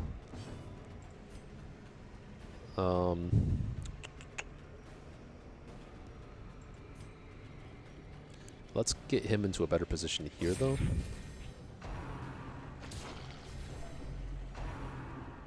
Riposte is amazing against the tentacles. I can... okay, crit that guy is fine. And then stun this thing. Oh, just outright kill it, okay. At least that means that the Shambler can't use his shuffling skill. We want to do damage to the Shambler. We also want to kill the tentacles as often as possible. I'm just going to do this every turn. Okay. Let's stun this one then. We need to get a riposte back up, so... And we have one more turn left on Battle Ballad, so let's get this hit in on the Shambler. And then we can Battle Ballad next turn. And with him, we will just hit this, and we should still outspeed this tentacle. Good. Glad he uses that instead of the shuffling skill. Now it's definitely Battle Ballad again. Okay, he does outspeed us there, which is not the end of the world. I think I actually want to start getting this damage in on the Shambler, because that thing's dead. I can go and stun this guy.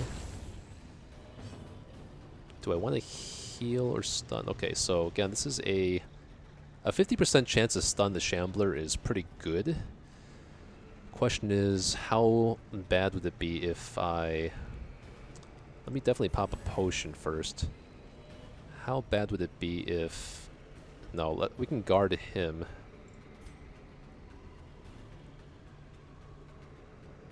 Let's try to do this. Good crit. Good, stunned him. Okay, so that being the case, then I can just stun this tentacle. Good. Looking very good here. Let's focus all our damage into the Shambler this turn, and we can kill this tentacle with our riposte move next turn, or this same turn. Like so. We don't have to worry about that next turn, and then let's get our healing up, I guess. He's taking 20, okay. 22, 19. I don't think the tentacles will actually prefer any targets in the rank, so let's just heal up the lowest health guy. That's a very nice heal. Actually, maybe I should just hit the Shambler because of the riposte, but nah, it's fine. Again, let's focus the tentacles. I don't think I'm worried about him dying. I just need to do a little bit of damage to the Shambler. So Crush should be enough for that. Yeah, I should be able to Crush here, and then that means I stun this. And then Crush. Okay. Alright, so killing the Shambler actually turns out to be the... well, it's not the safer decision, but it is the more economical one. I actually get less stress from killing the Shambler than retreating, which is not always the case. Obliterated. And I have Tentacle Idol now. Oh, I actually really wanted the Stun Amulet. I actually didn't get a chance to get this item until now, so that's really nice for me. Because this stun resist, 20% stun resist is huge against some bosses, like the Swine God and the Prophet. I might equip this on even, well, I might equip this on Plague Doctor. He gets the stun bonus and the stun resist. Or even a Cultist, so he doesn't get stunned. Probably wouldn't put him on, what do you call it? The Arbalest, though. Okay, yep, that's looking good. I think we're still okay to, yeah, push on to this next fight here. Just gotta eat some food is all. 2, 3, 4, that leaves me 2 hunger checks. Everyone is still in good shape. Still got some bandages. We have, let's put the... let's put the Tentacle Idol on the Jester, so he has more Death Blow resist, and he can possibly roll Virtue. That's why I like to sell the Tentacle Idol always. I gather all the other Ancestral Trinkets, and I sell the Tentacle Idol. So in situations like this, where I kill Shambler, I'm going to have a lot of stress, and then I can just put on Tentacle Idol and possibly roll a Virtue. It's a perfect strategy to me.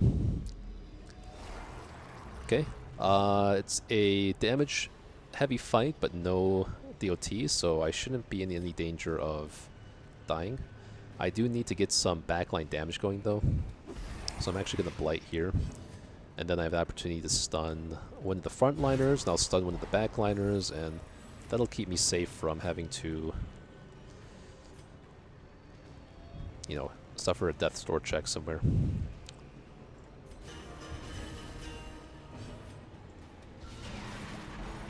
That should be perfect. And because I'm outspeeding them all next turn, let's see, I think I want to... I actually want to stun with Plague Doctor again, so let's try to kill this guy. Yeah, okay, so they're pretty much both dead.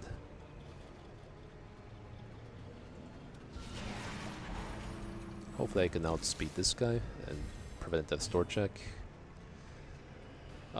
This should be a guaranteed kill as long as I don't miss.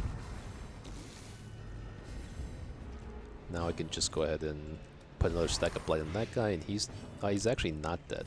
It's kind of awkward.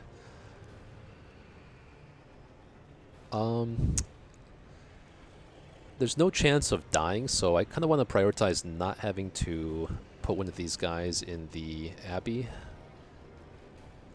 More so leaning on healing off the stress. And he's still level 3, so I'm probably going to use him a lot more still. Let's go ahead and make sure that... yeah, I'd rather stun this guy than do 1 damage to this guy, because these guys are too healthy to die. But Man-at-Arms could go to Death's Door, possibly, if he crits. Probably not, but it's alright. Let's do that.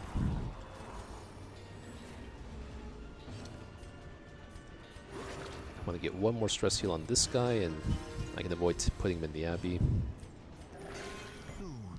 Always the low heals, but not when it's crucial. He always hits the high heals when I need it, like in the boss and the Shambler, so I'm perfectly okay with him hitting the low rolls every other time. You do you, man. I didn't see any other medicinal herb curios on the way here, so we'll leave that. Yeah, and then we'll leave that altar alone. I don't have holy waters.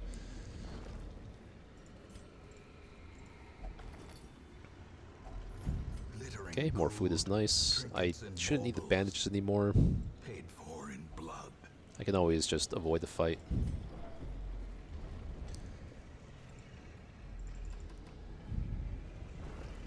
This torch could be used for this Shambler's altar here, but nah. I already got the Tentacle Idol, so the Shambler couldn't even get me anything if I, by some stretch, was able to kill him again.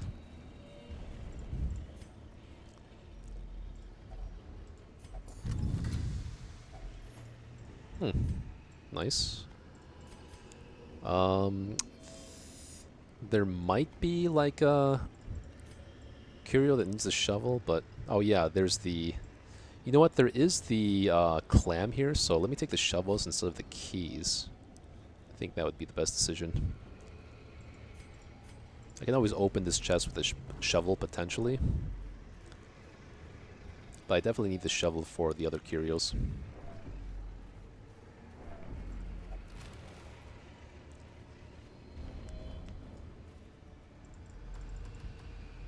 Okay, so because our inventory is full here, not quite full. The first test. Now it must be carried home. I think I am fine with pushing on for one more fight just because... Oh, these are 2 rubies though? Hold on. Hold up here. 2 rubies? Maybe that's enough. Yeah. Let's just, yeah, disarm this trap and we should be okay.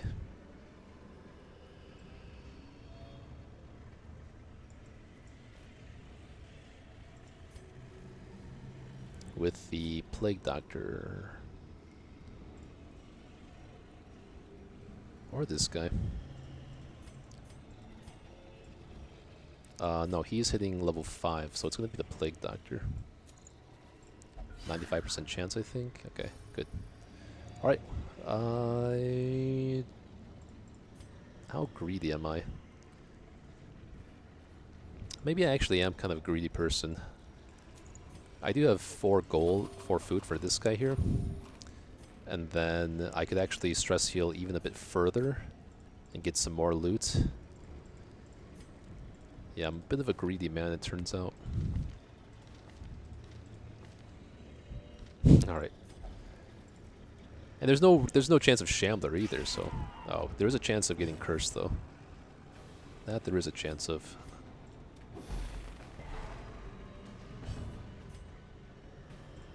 But maybe Jester will roll Virtue. Who knows?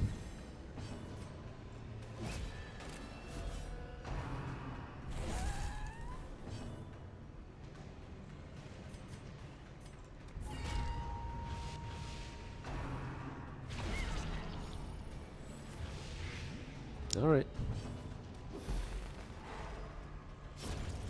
I guess I don't regret this fight.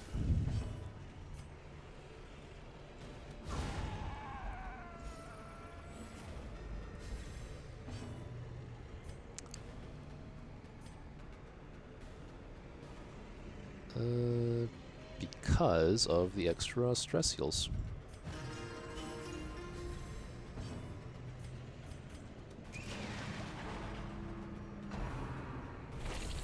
Okay, I would regret if he got cursed though.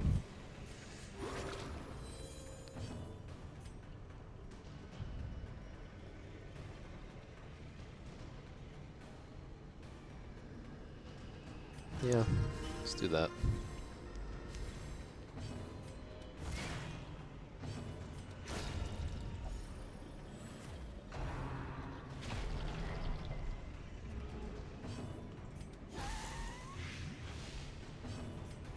Heal up yourself now.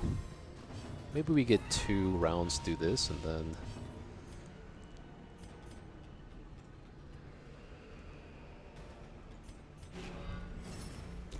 I can stress you... Maybe I can avoid putting you in the Abbey too.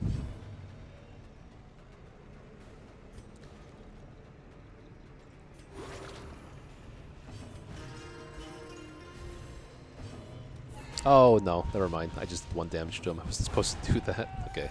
That's fine. It's perfectly fine. And now I can... Okay, I can pitch the food because there's no hunger check here.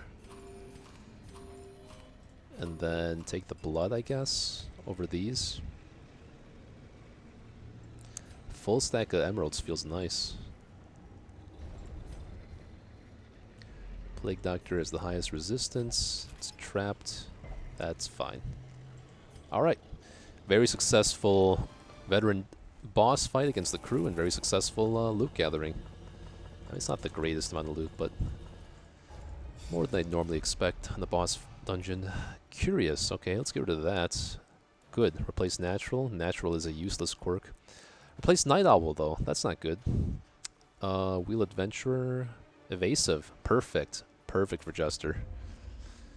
Now we have a lot of diseases to cure off, I think. Yeah, a shit ton of diseases. Okay. Maybe I actually buff the medical ward. Yeah. I can use some busts to upgrade the medical ward and cure off more diseases at once. And also work towards being able to do quirk stuff on 2 people at once every week too. This week I got the Hero's Ring, which I don't think there's ever a chance I'm taking that unless I somehow abuse a virtue farming strategy in the farmstead, which I've never tried before. I don't know that I've never tried to break the meta like that, especially in a challenge run, a very serious challenge run. Might be worth it if you're just trying to go for a world record in the farmstead and you don't care about how many times you die or lose, but it's not the case here. Oh, we get this is our first opportunity to get a moon ring, actually, which I think outweighs the...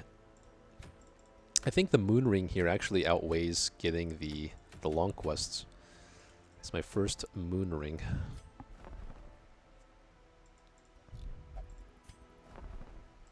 Level 3 Bounty Hunter. How's this compared to my Bounty Hunter? I have Precise Striker. This is a very good Bounty Hunter. Deadly, Natural Swing, Quick Draw, Unyielding. This is actually also a very good Bounty Hunter. But not as good as mine, I think. The Quick Draw is very nice. Calm is very bad. Fairweather Fighter is very... Yeah, this one's better, so I'll keep mine. As far as the... Okay, I don't care about you, and I don't care about you. Gifted versus... What is my Jester Mercenary like? Manslayer and Warrior of Light is way better. So I need to stress heal you finally. For sure. And let's go upgrade the number of slots here. The front line of this war Grey Rots versus Spotted Fever versus the Black Plague. Definitely need to heal the Black Plague off ASAP. And the Rabies I want to heal off ASAP as well, but I could just take Plague Doctor to heal that off. Because you need to go in the Abbey, then I'll put the other guy in the disease ward. Even though he could heal off his own disease for 1 point, I could just save that point for something else in camping. I might want to take Arbalest this week, so let me see what the comp would be like. Definitely need to start, you know, building up, leveling up the Bounty Hunter and my Antiquarian actually also. So it could be something like this, because I do need to level up the Abomination as well. I have enough shards to get the Broken Key, which I've never tried before, but it should be the best item on him.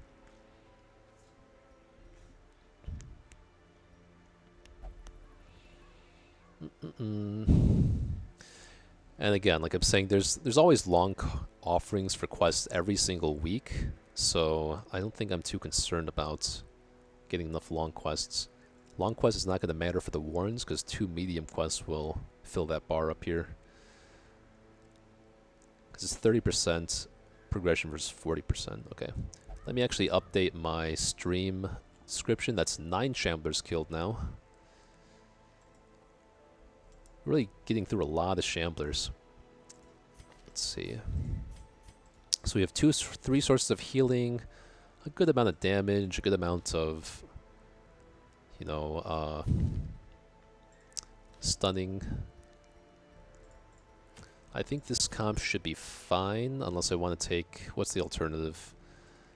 I could take a Grave Robber. She's Warren's Adventurer. That could be very good.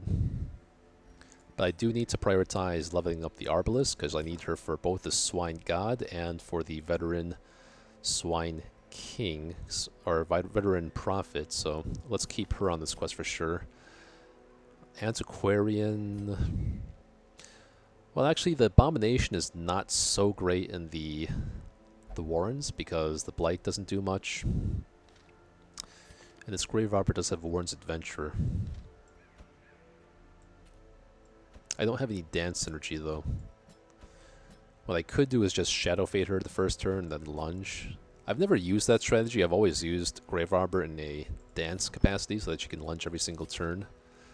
But if that's not an option here, maybe I do the alternative. She has rabies, so maybe I actually put a focus ring on her. Childhood treasure. She can wear the map, and then get some protection on her. Grave Robber, I kind of want just do damage and I guess accuracy with the surgical glove, so we don't reduce her dodge.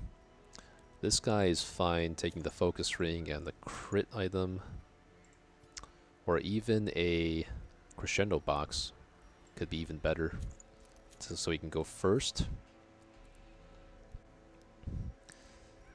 Is this team comp really stupid, or does it have some merit here? Let's see. Maybe I actually started in the back. I mean, Lunge can just take out those little pigs so easy.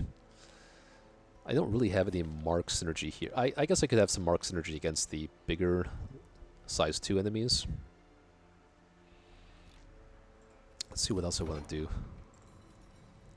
So if we're definitely taking Arbalest, then I can go ahead and put the Plague Doctor in the ward here.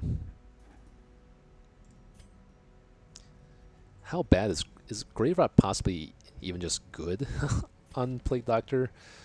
20 max HP for 10 accuracy, and I don't care about damage. That's kind of like wearing a Martyr Seal. That's even more HP than wearing a Martyr Seal. Maybe... Maybe it's actually good on him. It's just the accuracy, though, which is offset by the Blasphemous Vial, and I might need extra accuracy on them as well. How stupid would it be to leave Grey Rot on Plague Doctor? I feel like my Plague Doctors aren't usually, like, dying straight up. Let's see what else I can do. There are some quirks I definitely want to heal off, I remember.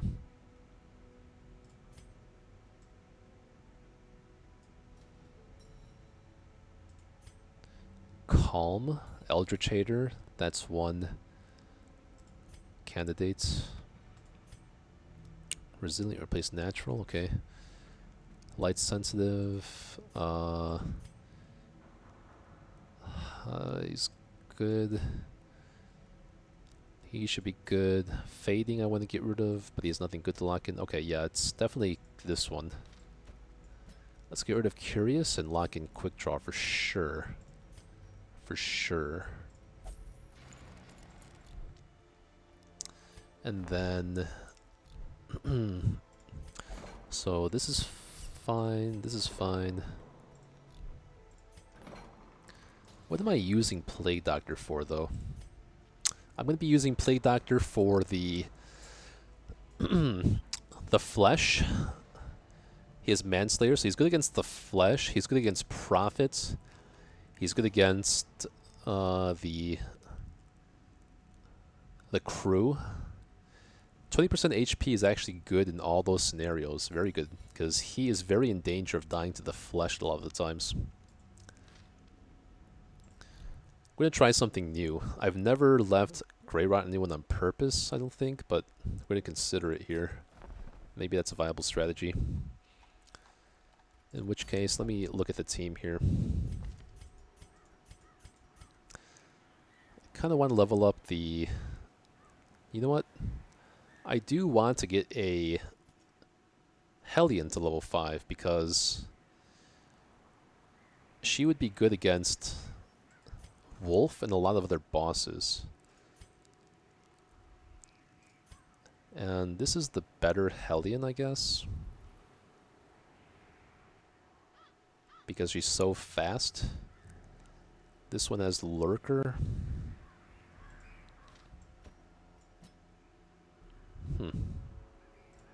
Yeah, I think I'd rather have this Hellion against, like, the Prophet, for example. Where's that Bounty Hunter? Okay.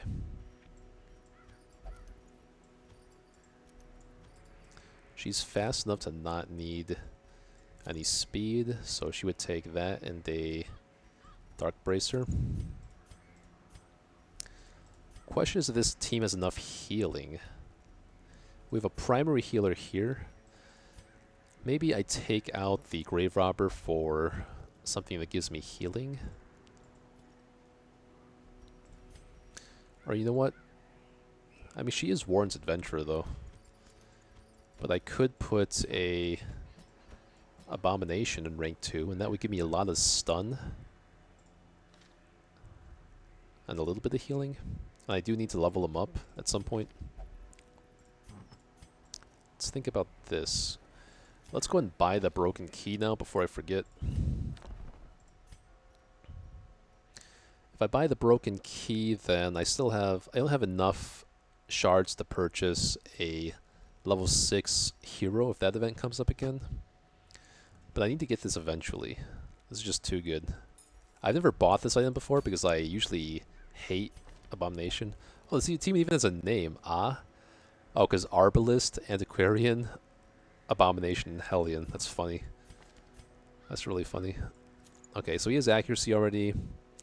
What does he need then? He doesn't need damage. He could use speed, but doesn't need damage for sure. Let's go and sell the Tentacle Idol, like I said, for our strategy. He has 36 health.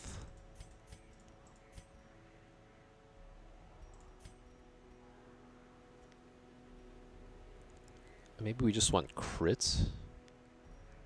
He has ranged attacks. Okay.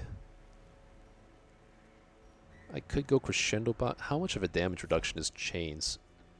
It's minus 60% damage is a lot, so he's not hitting for a whole lot. But it might still be better than Feather Crystal, which only gives some dodge.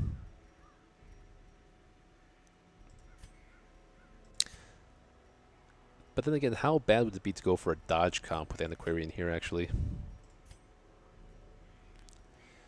She would take... Yeah, I would give her Moon Cloak. Or, you know... Feather Crystal is generally better on her. And if he takes Moon Cloak and she has a dodge item and give her a dodge item, then we have the makings of a dodge comp here. We just need a little bit of dodge on everyone. She is going to be lacking some accuracy, though, with the rabies, but she's mostly support anyway. She's not going to be the main damage dealer. Let's see how this works out. Let's level up their skills and abilities. Bleed out. And maybe I still want to start investing in the Abomination skills now, too.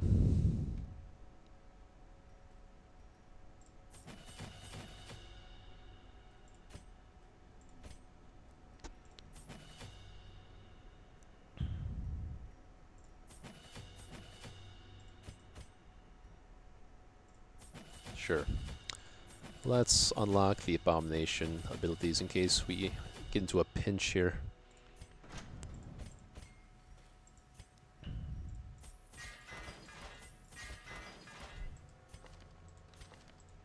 So she would be taking Nervous Stab in the Wield.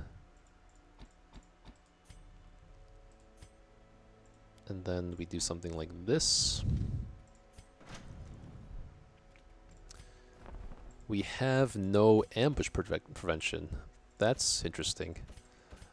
If we have no ambush prevention, is that okay? It's not like I could just tack on one of these other guys for ambush prevention. Or I could tack on Vestal. I never ended up using this Vestal. It's interesting. I thought I would need her for a veteran boss. Let's save her for a long dungeon.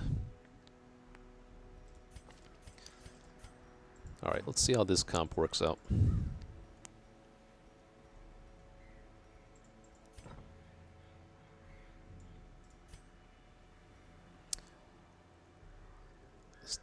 Anger management, no, that sucks.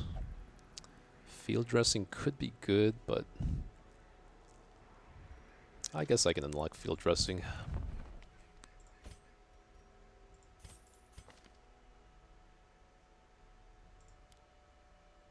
We'll leave that unequipped unless we really need it.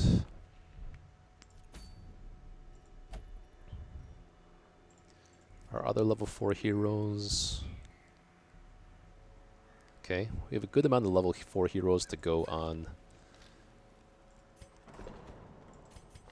So go on any long veteran dungeons that come up next week. I don't want to take a antiquarian on a long dungeon if I can avoid it though, especially in veteran.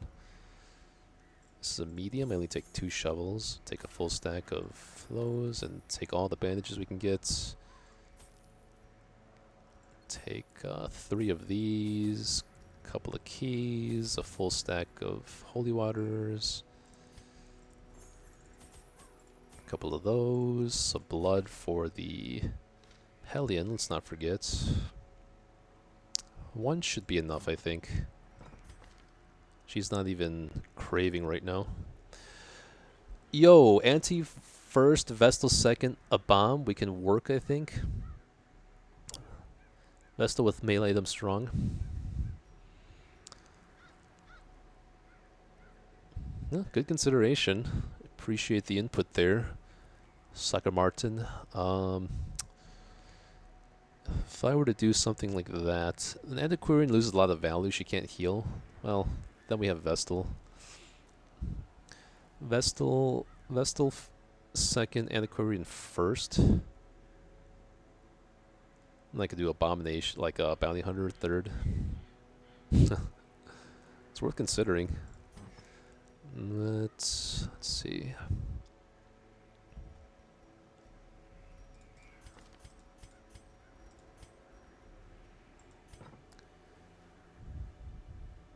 I'm glad you liked it. Maybe I'll try that next time. I think I'm just going to go for this strategy this time.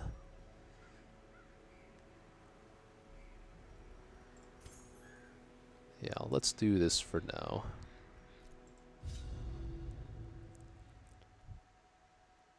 Maybe I'll regret it and not taking your suggestion. We'll see. It's very interesting to play Vestal in rank 2 though. When I get Profane Scroll, I really want to kind of try that stuff out because it gives her those buffs.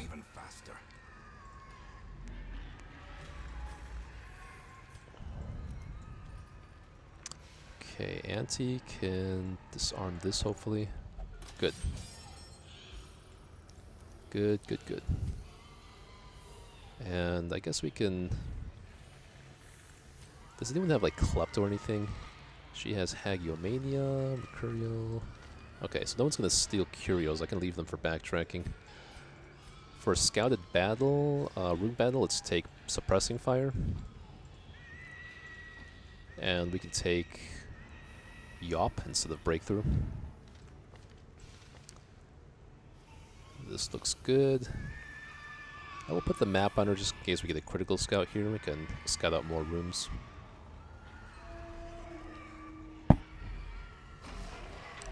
Oh, good, surprise. Okay, so we can kill a piggy here. Almost. Stun this guy for sure.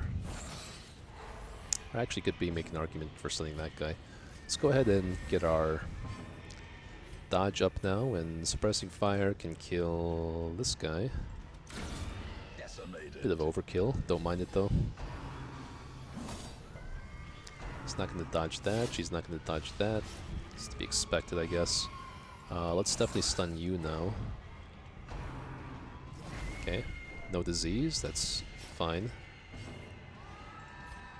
I can put in the bandage because...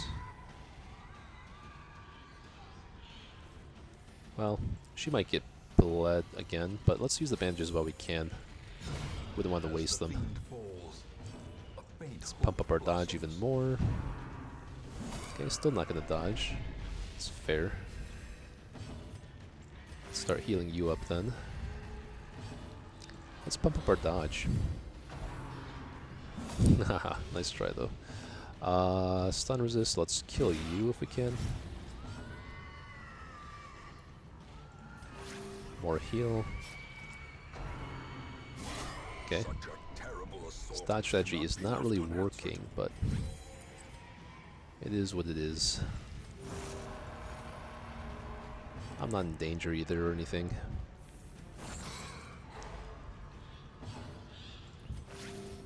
All the healing bonus. Okay.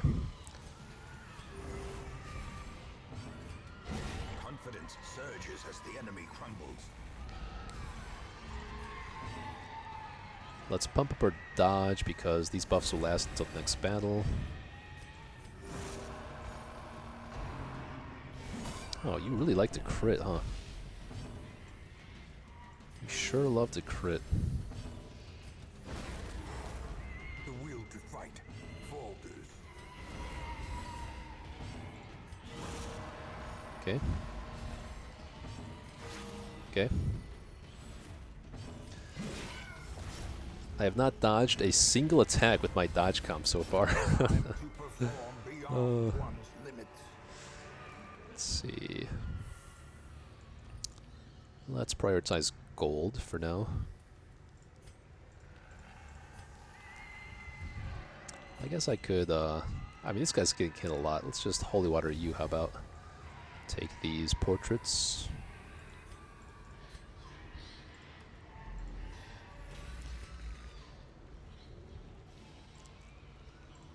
Yeah. Okay, glad we have our laudanums in case we need them. I can actually double stun here, but then he's not really doing anything. I want to whittle this down as soon as possible.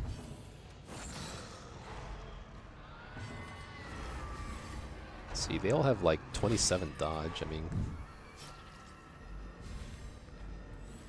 I'm waiting till we can dodge at least one ability here. Inspiration and improvement.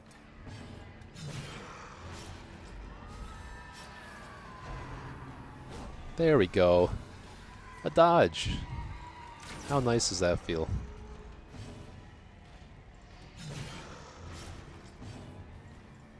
More dodge.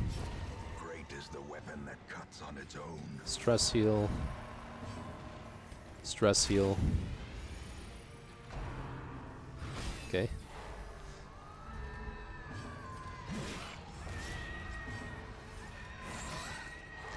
You know what? How about we get our dodge up? I think that's a good idea. Let's get some dodge going here.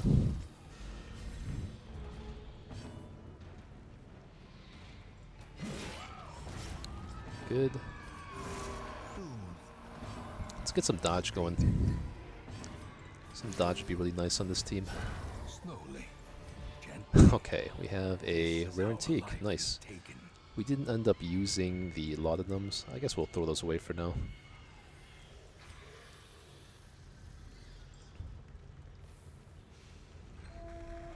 Okay, we still got a lot of dodge here.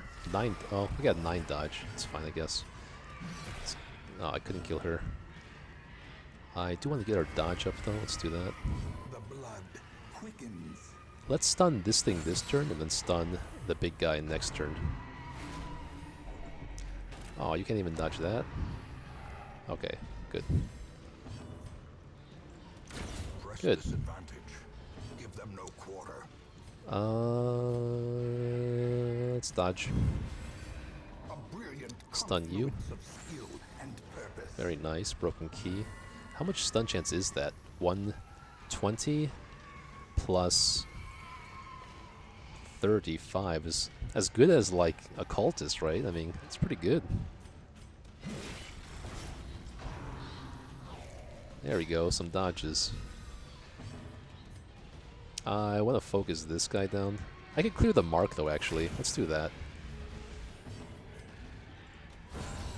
Nice. Let's get some dodge going.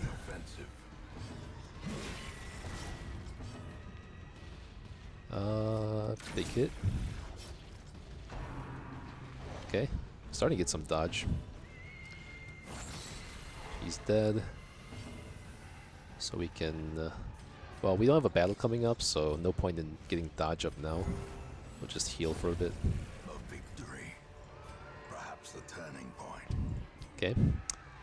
So we have a full stack of gold already. We have some crests here that I would like to get in my inventory. But I don't want to camp just yet, I think. Let's keep going. Well, maybe I do want to camp because I haven't hit a hunger check yet, and I don't want to afflict with her.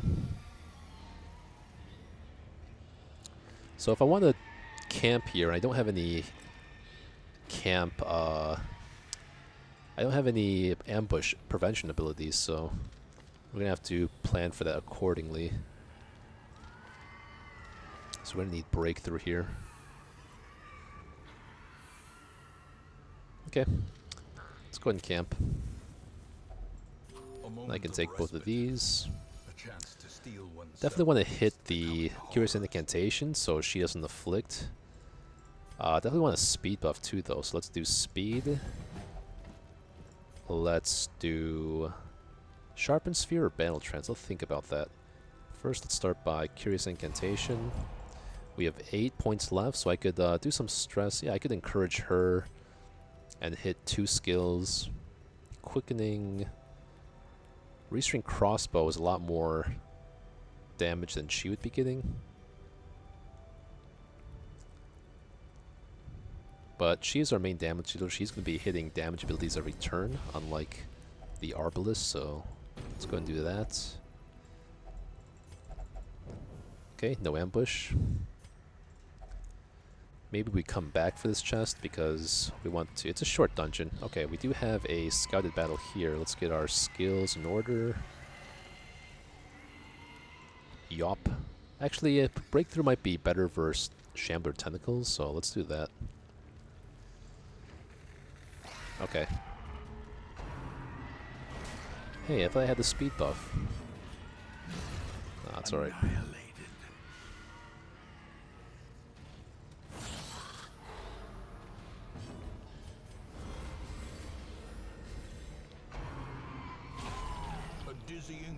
Okay. Aw. Should do this. It's like the first time I've hit that button all campaign. Bleed resist. Let's just go ahead and heal up a little bit. Good.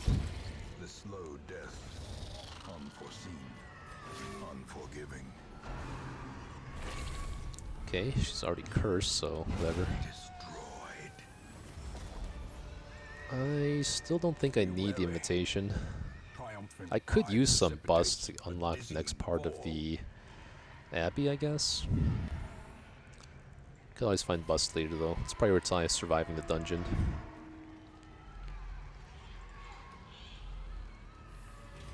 These battles are all scouted from here on. Minus bleed resist, okay. That's fine.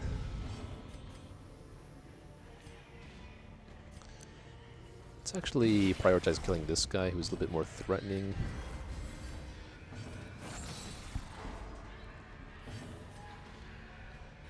Yeah, in fact, let's focus all our damage on this guy for now.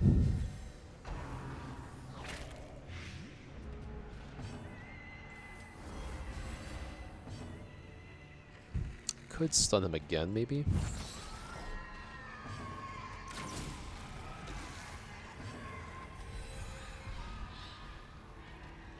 -3 speed for 2 rounds, okay. Oh, wow. Good dodge. No battles coming up, so let's just buff our health a little bit. Vomit. Okay.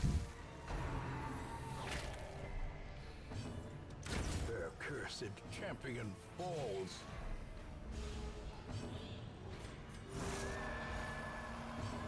Get some stress heal killing him. Continue the onslaught.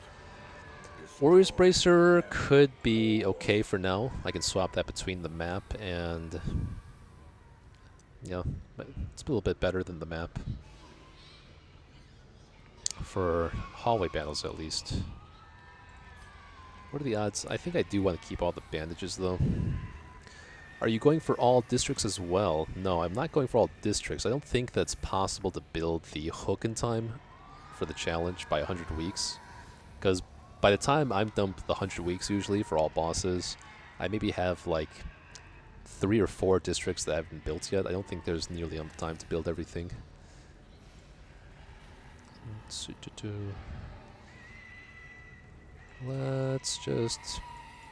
pitch the porches, actually. Okay, she is a force interaction with that, okay. Locks in the quirk. Now she just gains bloodthirsty, okay. Let's keep in mind there's a pile of scrolls there for later. Okay, some empty hallways here.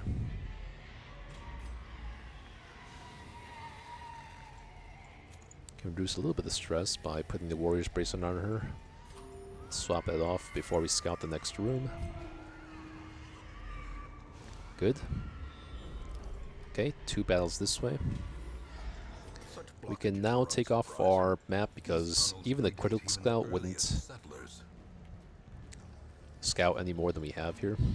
It could scout a secret room, but I'm just going to prioritize not stressing around too much. For a scouted room battle, we can do Yop, and then actually suppressing fire instead of blind fire.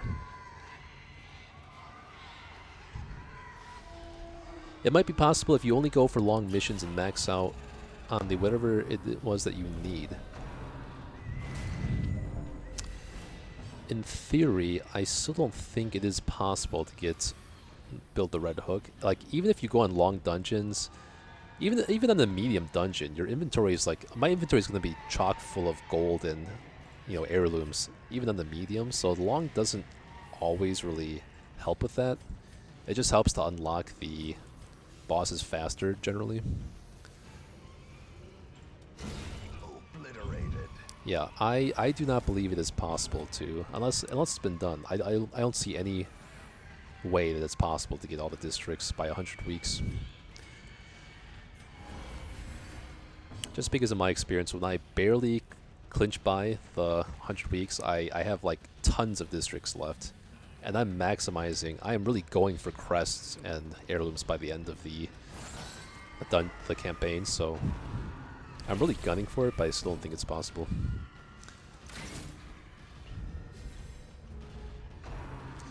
Now, if you were to ask me if you could do all the districts by 100 weeks without doing all the other stuff I'm doing, like Deathless, all bosses and all that, maybe if you just prioritize getting the crests over gold and just ignoring gold, then you have more room in your inventory. Maybe there's some chance. I'm still not sure about that.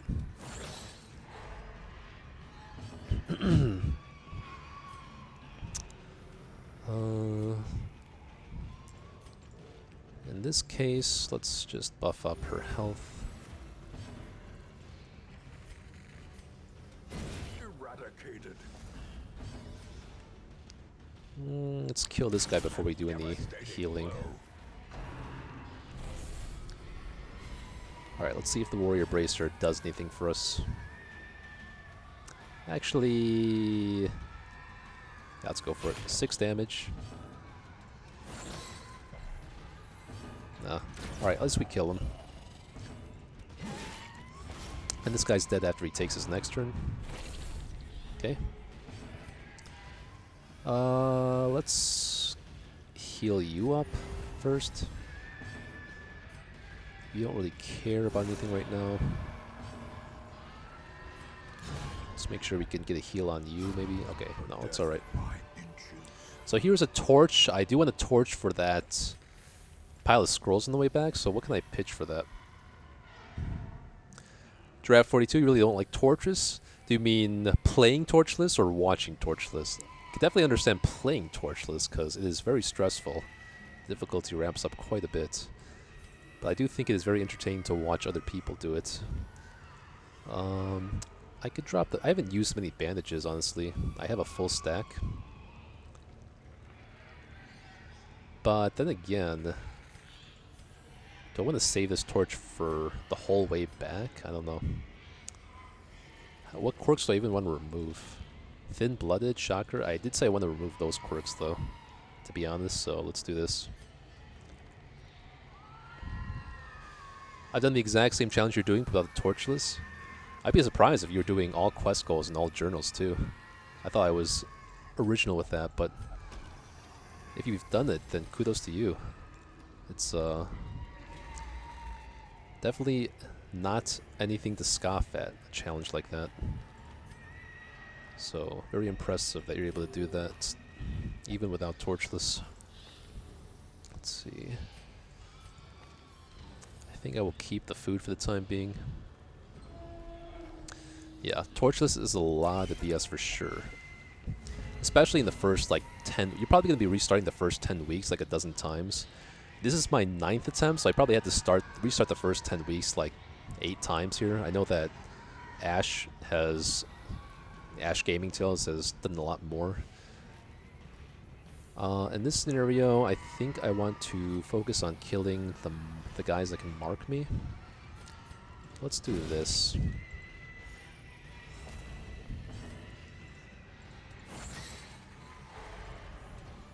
And hopefully I can... Okay, that's alright. Good. So there's no threat of dying now.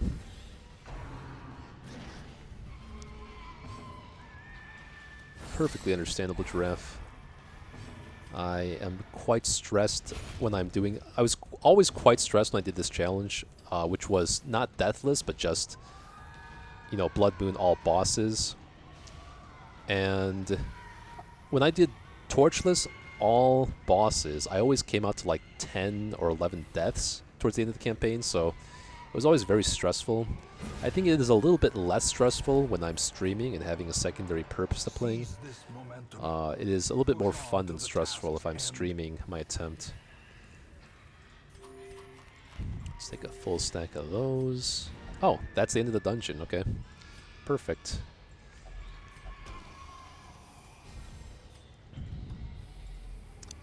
Okay, so I could pitch the... Okay, let me eat the blood so she doesn't freak out when the Antiquarian starts taking some stuff.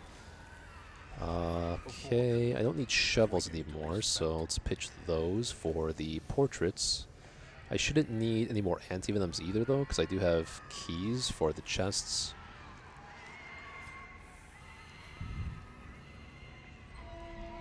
I did lost 2 guys to come your maker. Yeah, that's fair. I think before I saw Ash start this challenge, I was most hesitant to do Torchless or Deathless, not only because, you know, it seems like really stressful. It's like, it's basically like you're at 13 deaths at all times, right? Sometimes I hit 13 deaths, like on my last Torchless challenge run. Literally like a couple days before I started, or a week before I started this run, I was at like 13 deaths, so I couldn't afford to have anyone else die.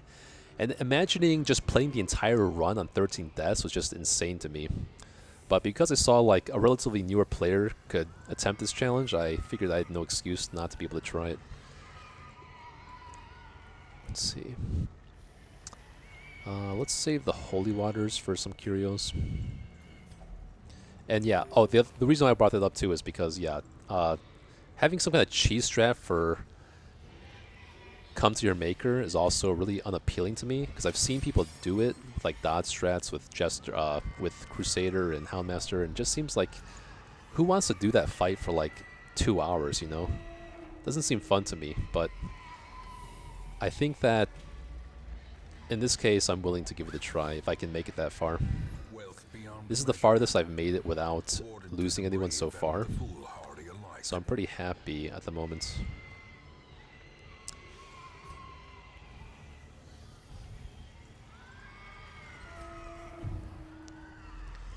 Let's go this way. Okay, here's our pile of scrolls, so we can definitely get rid of the bad quirk here and free up our inventory slot. Shocker, good. That was the priority to remove, because she is, again, she goes on boss quests that primarily stun, so the Swine God and the Prophet both are heavy stun battles. And it sucks a lot if she gets stunned in either of those battles. Especially the Swine. Yeah, see, this is what I mean. Like, it's a medium dungeon, but our inventory is already full. So going in the long dungeon doesn't really contribute much. Especially because if you're on Torchless, you get a lot more loot than you would otherwise. So that's another consideration. I think I'm willing to risk not running into any more chests. I will regret it if I run into a secret room, but I think I'm just going to play the odds here of what curios I'm likely to encounter. And so the rest of these are going to be more useful on average. The only time... There's no more room battles either, so there's no chance of seeing, like, another chest in the room. It would literally only be a secret room that I could use for the keys. Let me go and try to do one more battle here. I know, it felt fitting started with those 4, ended with them. I meant with full for like hard focus on the material you need.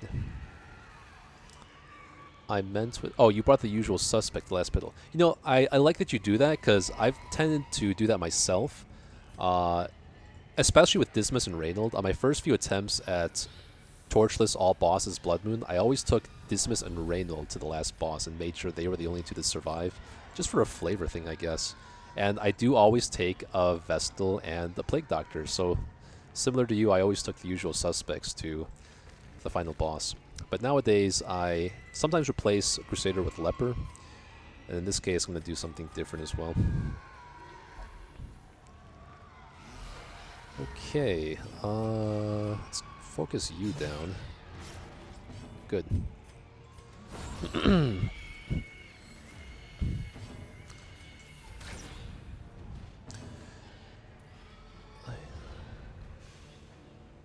Let's see, dodge. Okay. Alright, you can dodge some things. Boom. Big damage. Big stun. Oh, you actually resist that stun? You're kidding me. That's like a 100... Oh, I guess a cultist stun is better. I think it's a higher base stun. Yeah, still. Didn't expect that. Let's actually cure the stun off Antiquarian so she can, like, protect me or something. Let's have you protect me.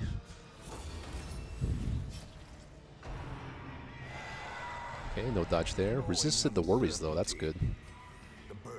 I can actually just afford to stress heal here because he's dead to,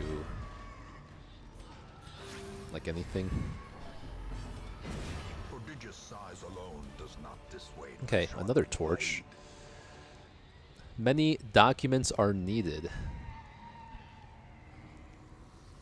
No sham sham? Yeah. I mean, I could... Yeah. I mean, I have killed 9 shamblers so far, and I think I've retreated from at least 2, so... Yeah, shamblers are definitely a thing, even in Apprentice. I think we can skip these curios. I'm pretty much done for exploring. Maybe I just hit up... Let me see what's over here, and I can backtrack if it's... Yeah, I don't need that curio. Oh, I forgot to equip the... I did forget to equip the map, though. That's fine. Sack is empty. Okay, now let's put the map back on. We can actually pitch the Warrior's Bracer for something, potentially. Okay, another battle here. Still good here. Another torch, okay. Let's see what you got.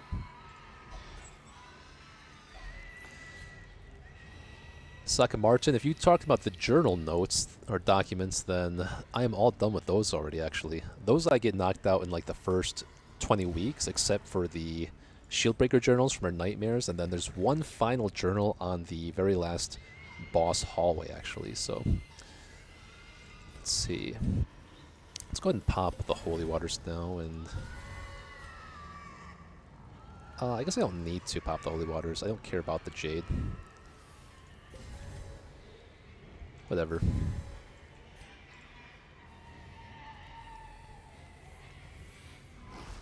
3 stealth pigs. That's fun, because I can't do anything.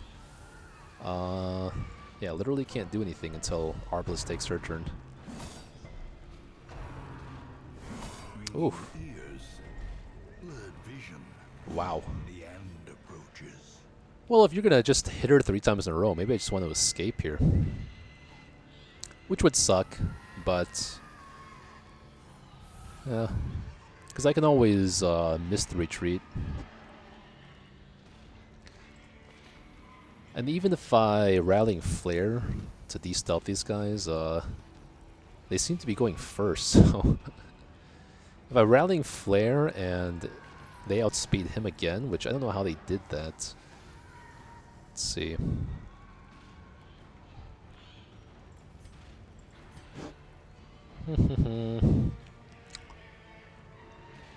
It would be a shame to get so much stress on these guys.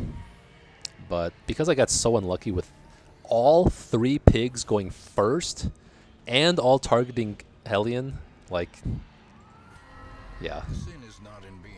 We'll take the bad luck and just be thankful that it doesn't affect our run very much. What was this curio? The eggs? It's always the eggs, okay. Okay, another fight here. Yeah, let's bail.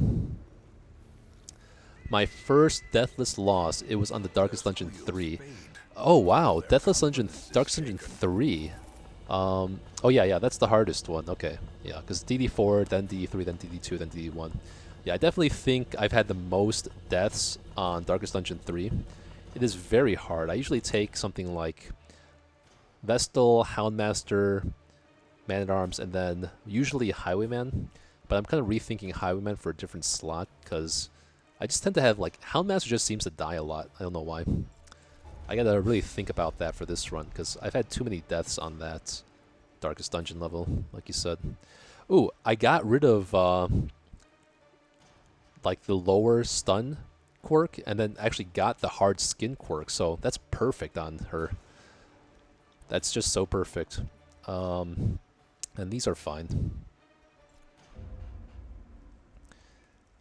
It was on the Darkest Dungeon 3. There were 3 dogs. Crit stun Vestal. Oh, you know what? Okay, you're talking about the long... Okay, I got them mixed up, yeah. You were talking about the long quest with the dogs and the, what are they called? The cysts? Yeah. That is a annoying dungeon for sure. Let's see what I can sell here. I don't need the Warrior's Bracer. What did I just get from this dungeon? Oh yeah, the Moon Ring, which I definitely want to keep. So again, looking really good on gold. I'm not really worried. I do want to see if I can still hit 300k though, and then I should be set for the rest of the dungeon. Rest of the campaign, I should say. Stress. Let's do you guys. No, let's do you, actually. You need to go here. Okay. You need to go here. And then... I guess it's more of a priority to put you in here. And then you can go here, because you can heal off your stress if needed. Then again, I do want to heal off rabies, so... I guess I could cure that with Plague Doctor if I really wanted to, or just put her in the Sanitarium of next week. So let's do this. Let's take a look at the stagecoach. Okay, I mean the wagon. And then the stagecoach, okay, let's see if this guy's actually better. You know what? You know what? I do need dodge on Crusader. This Crusader might actually be much better than Reynold. I do want to get dodge quirks on Crusader as much as possible if I'm going for the strategy. So let's keep that in the back of my mind. Next run, target her again, crit death's door. Again, die with no death's door resistance. The first check on the run. Wow, that's so sad, Giraffe. I think I would have to quit the game for a long time if I lost my Deathless run on DD3. Sucker Martin, ouch. When I found out that the hero dies at the end, I let him go. I know it can be done, but it's already a scam somewhere, yeah. I mean, this challenge I'm doing is without exploits, so I'm not going to be taking advantage of any bugs or anything, like quitting while you're camping to reroll camp abilities, but I don't consider a dodge cheese strat to be, like, cheating, at least. Let's see. So, I might go for the Baron at this point. Let me get a team ready for that, and then I'm going to go ahead and take a dinner here in a little bit, and we will see what else we want to do.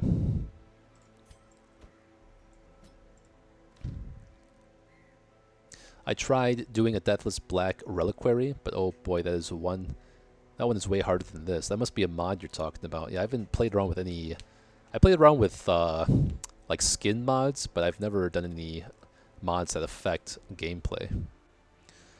Alright, I've never raided anyone before, but let me see how this process works. I might as well raid if I have some people here. Who has the... We have someone with 5 viewers here. I guess I can see if I can raid them. I actually have to Google how to raid someone on Twitch.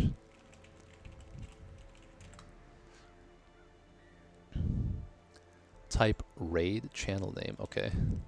Interesting. I am not familiar with Black Reliquary, Giraffe. Maybe if I do this run successfully, then I'll give it a try, you know. I'm gonna wait 30 seconds here. Okay, hold on. Let me just take a look at all my options before I sign off for now. I will be back on later tonight after dinner, maybe around 2 or 3 hours from now. Let's see. Which vessel do I want?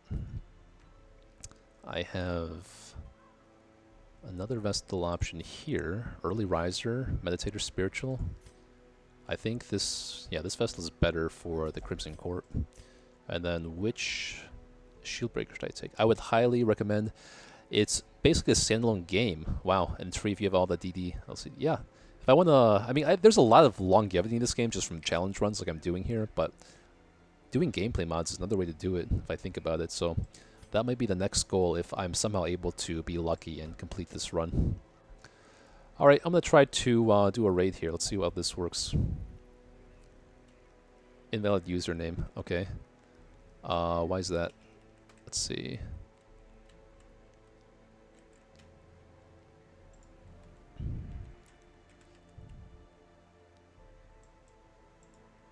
Raid channel name. Let's just do without the brackets.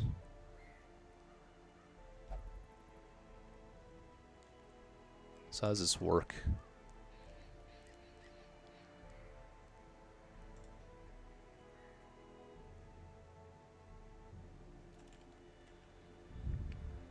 Did it work?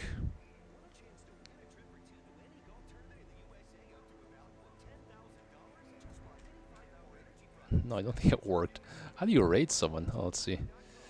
Type raid and the raid prompt will open. Still need a Twitch. Important end stream on OBS. Okay, let's see.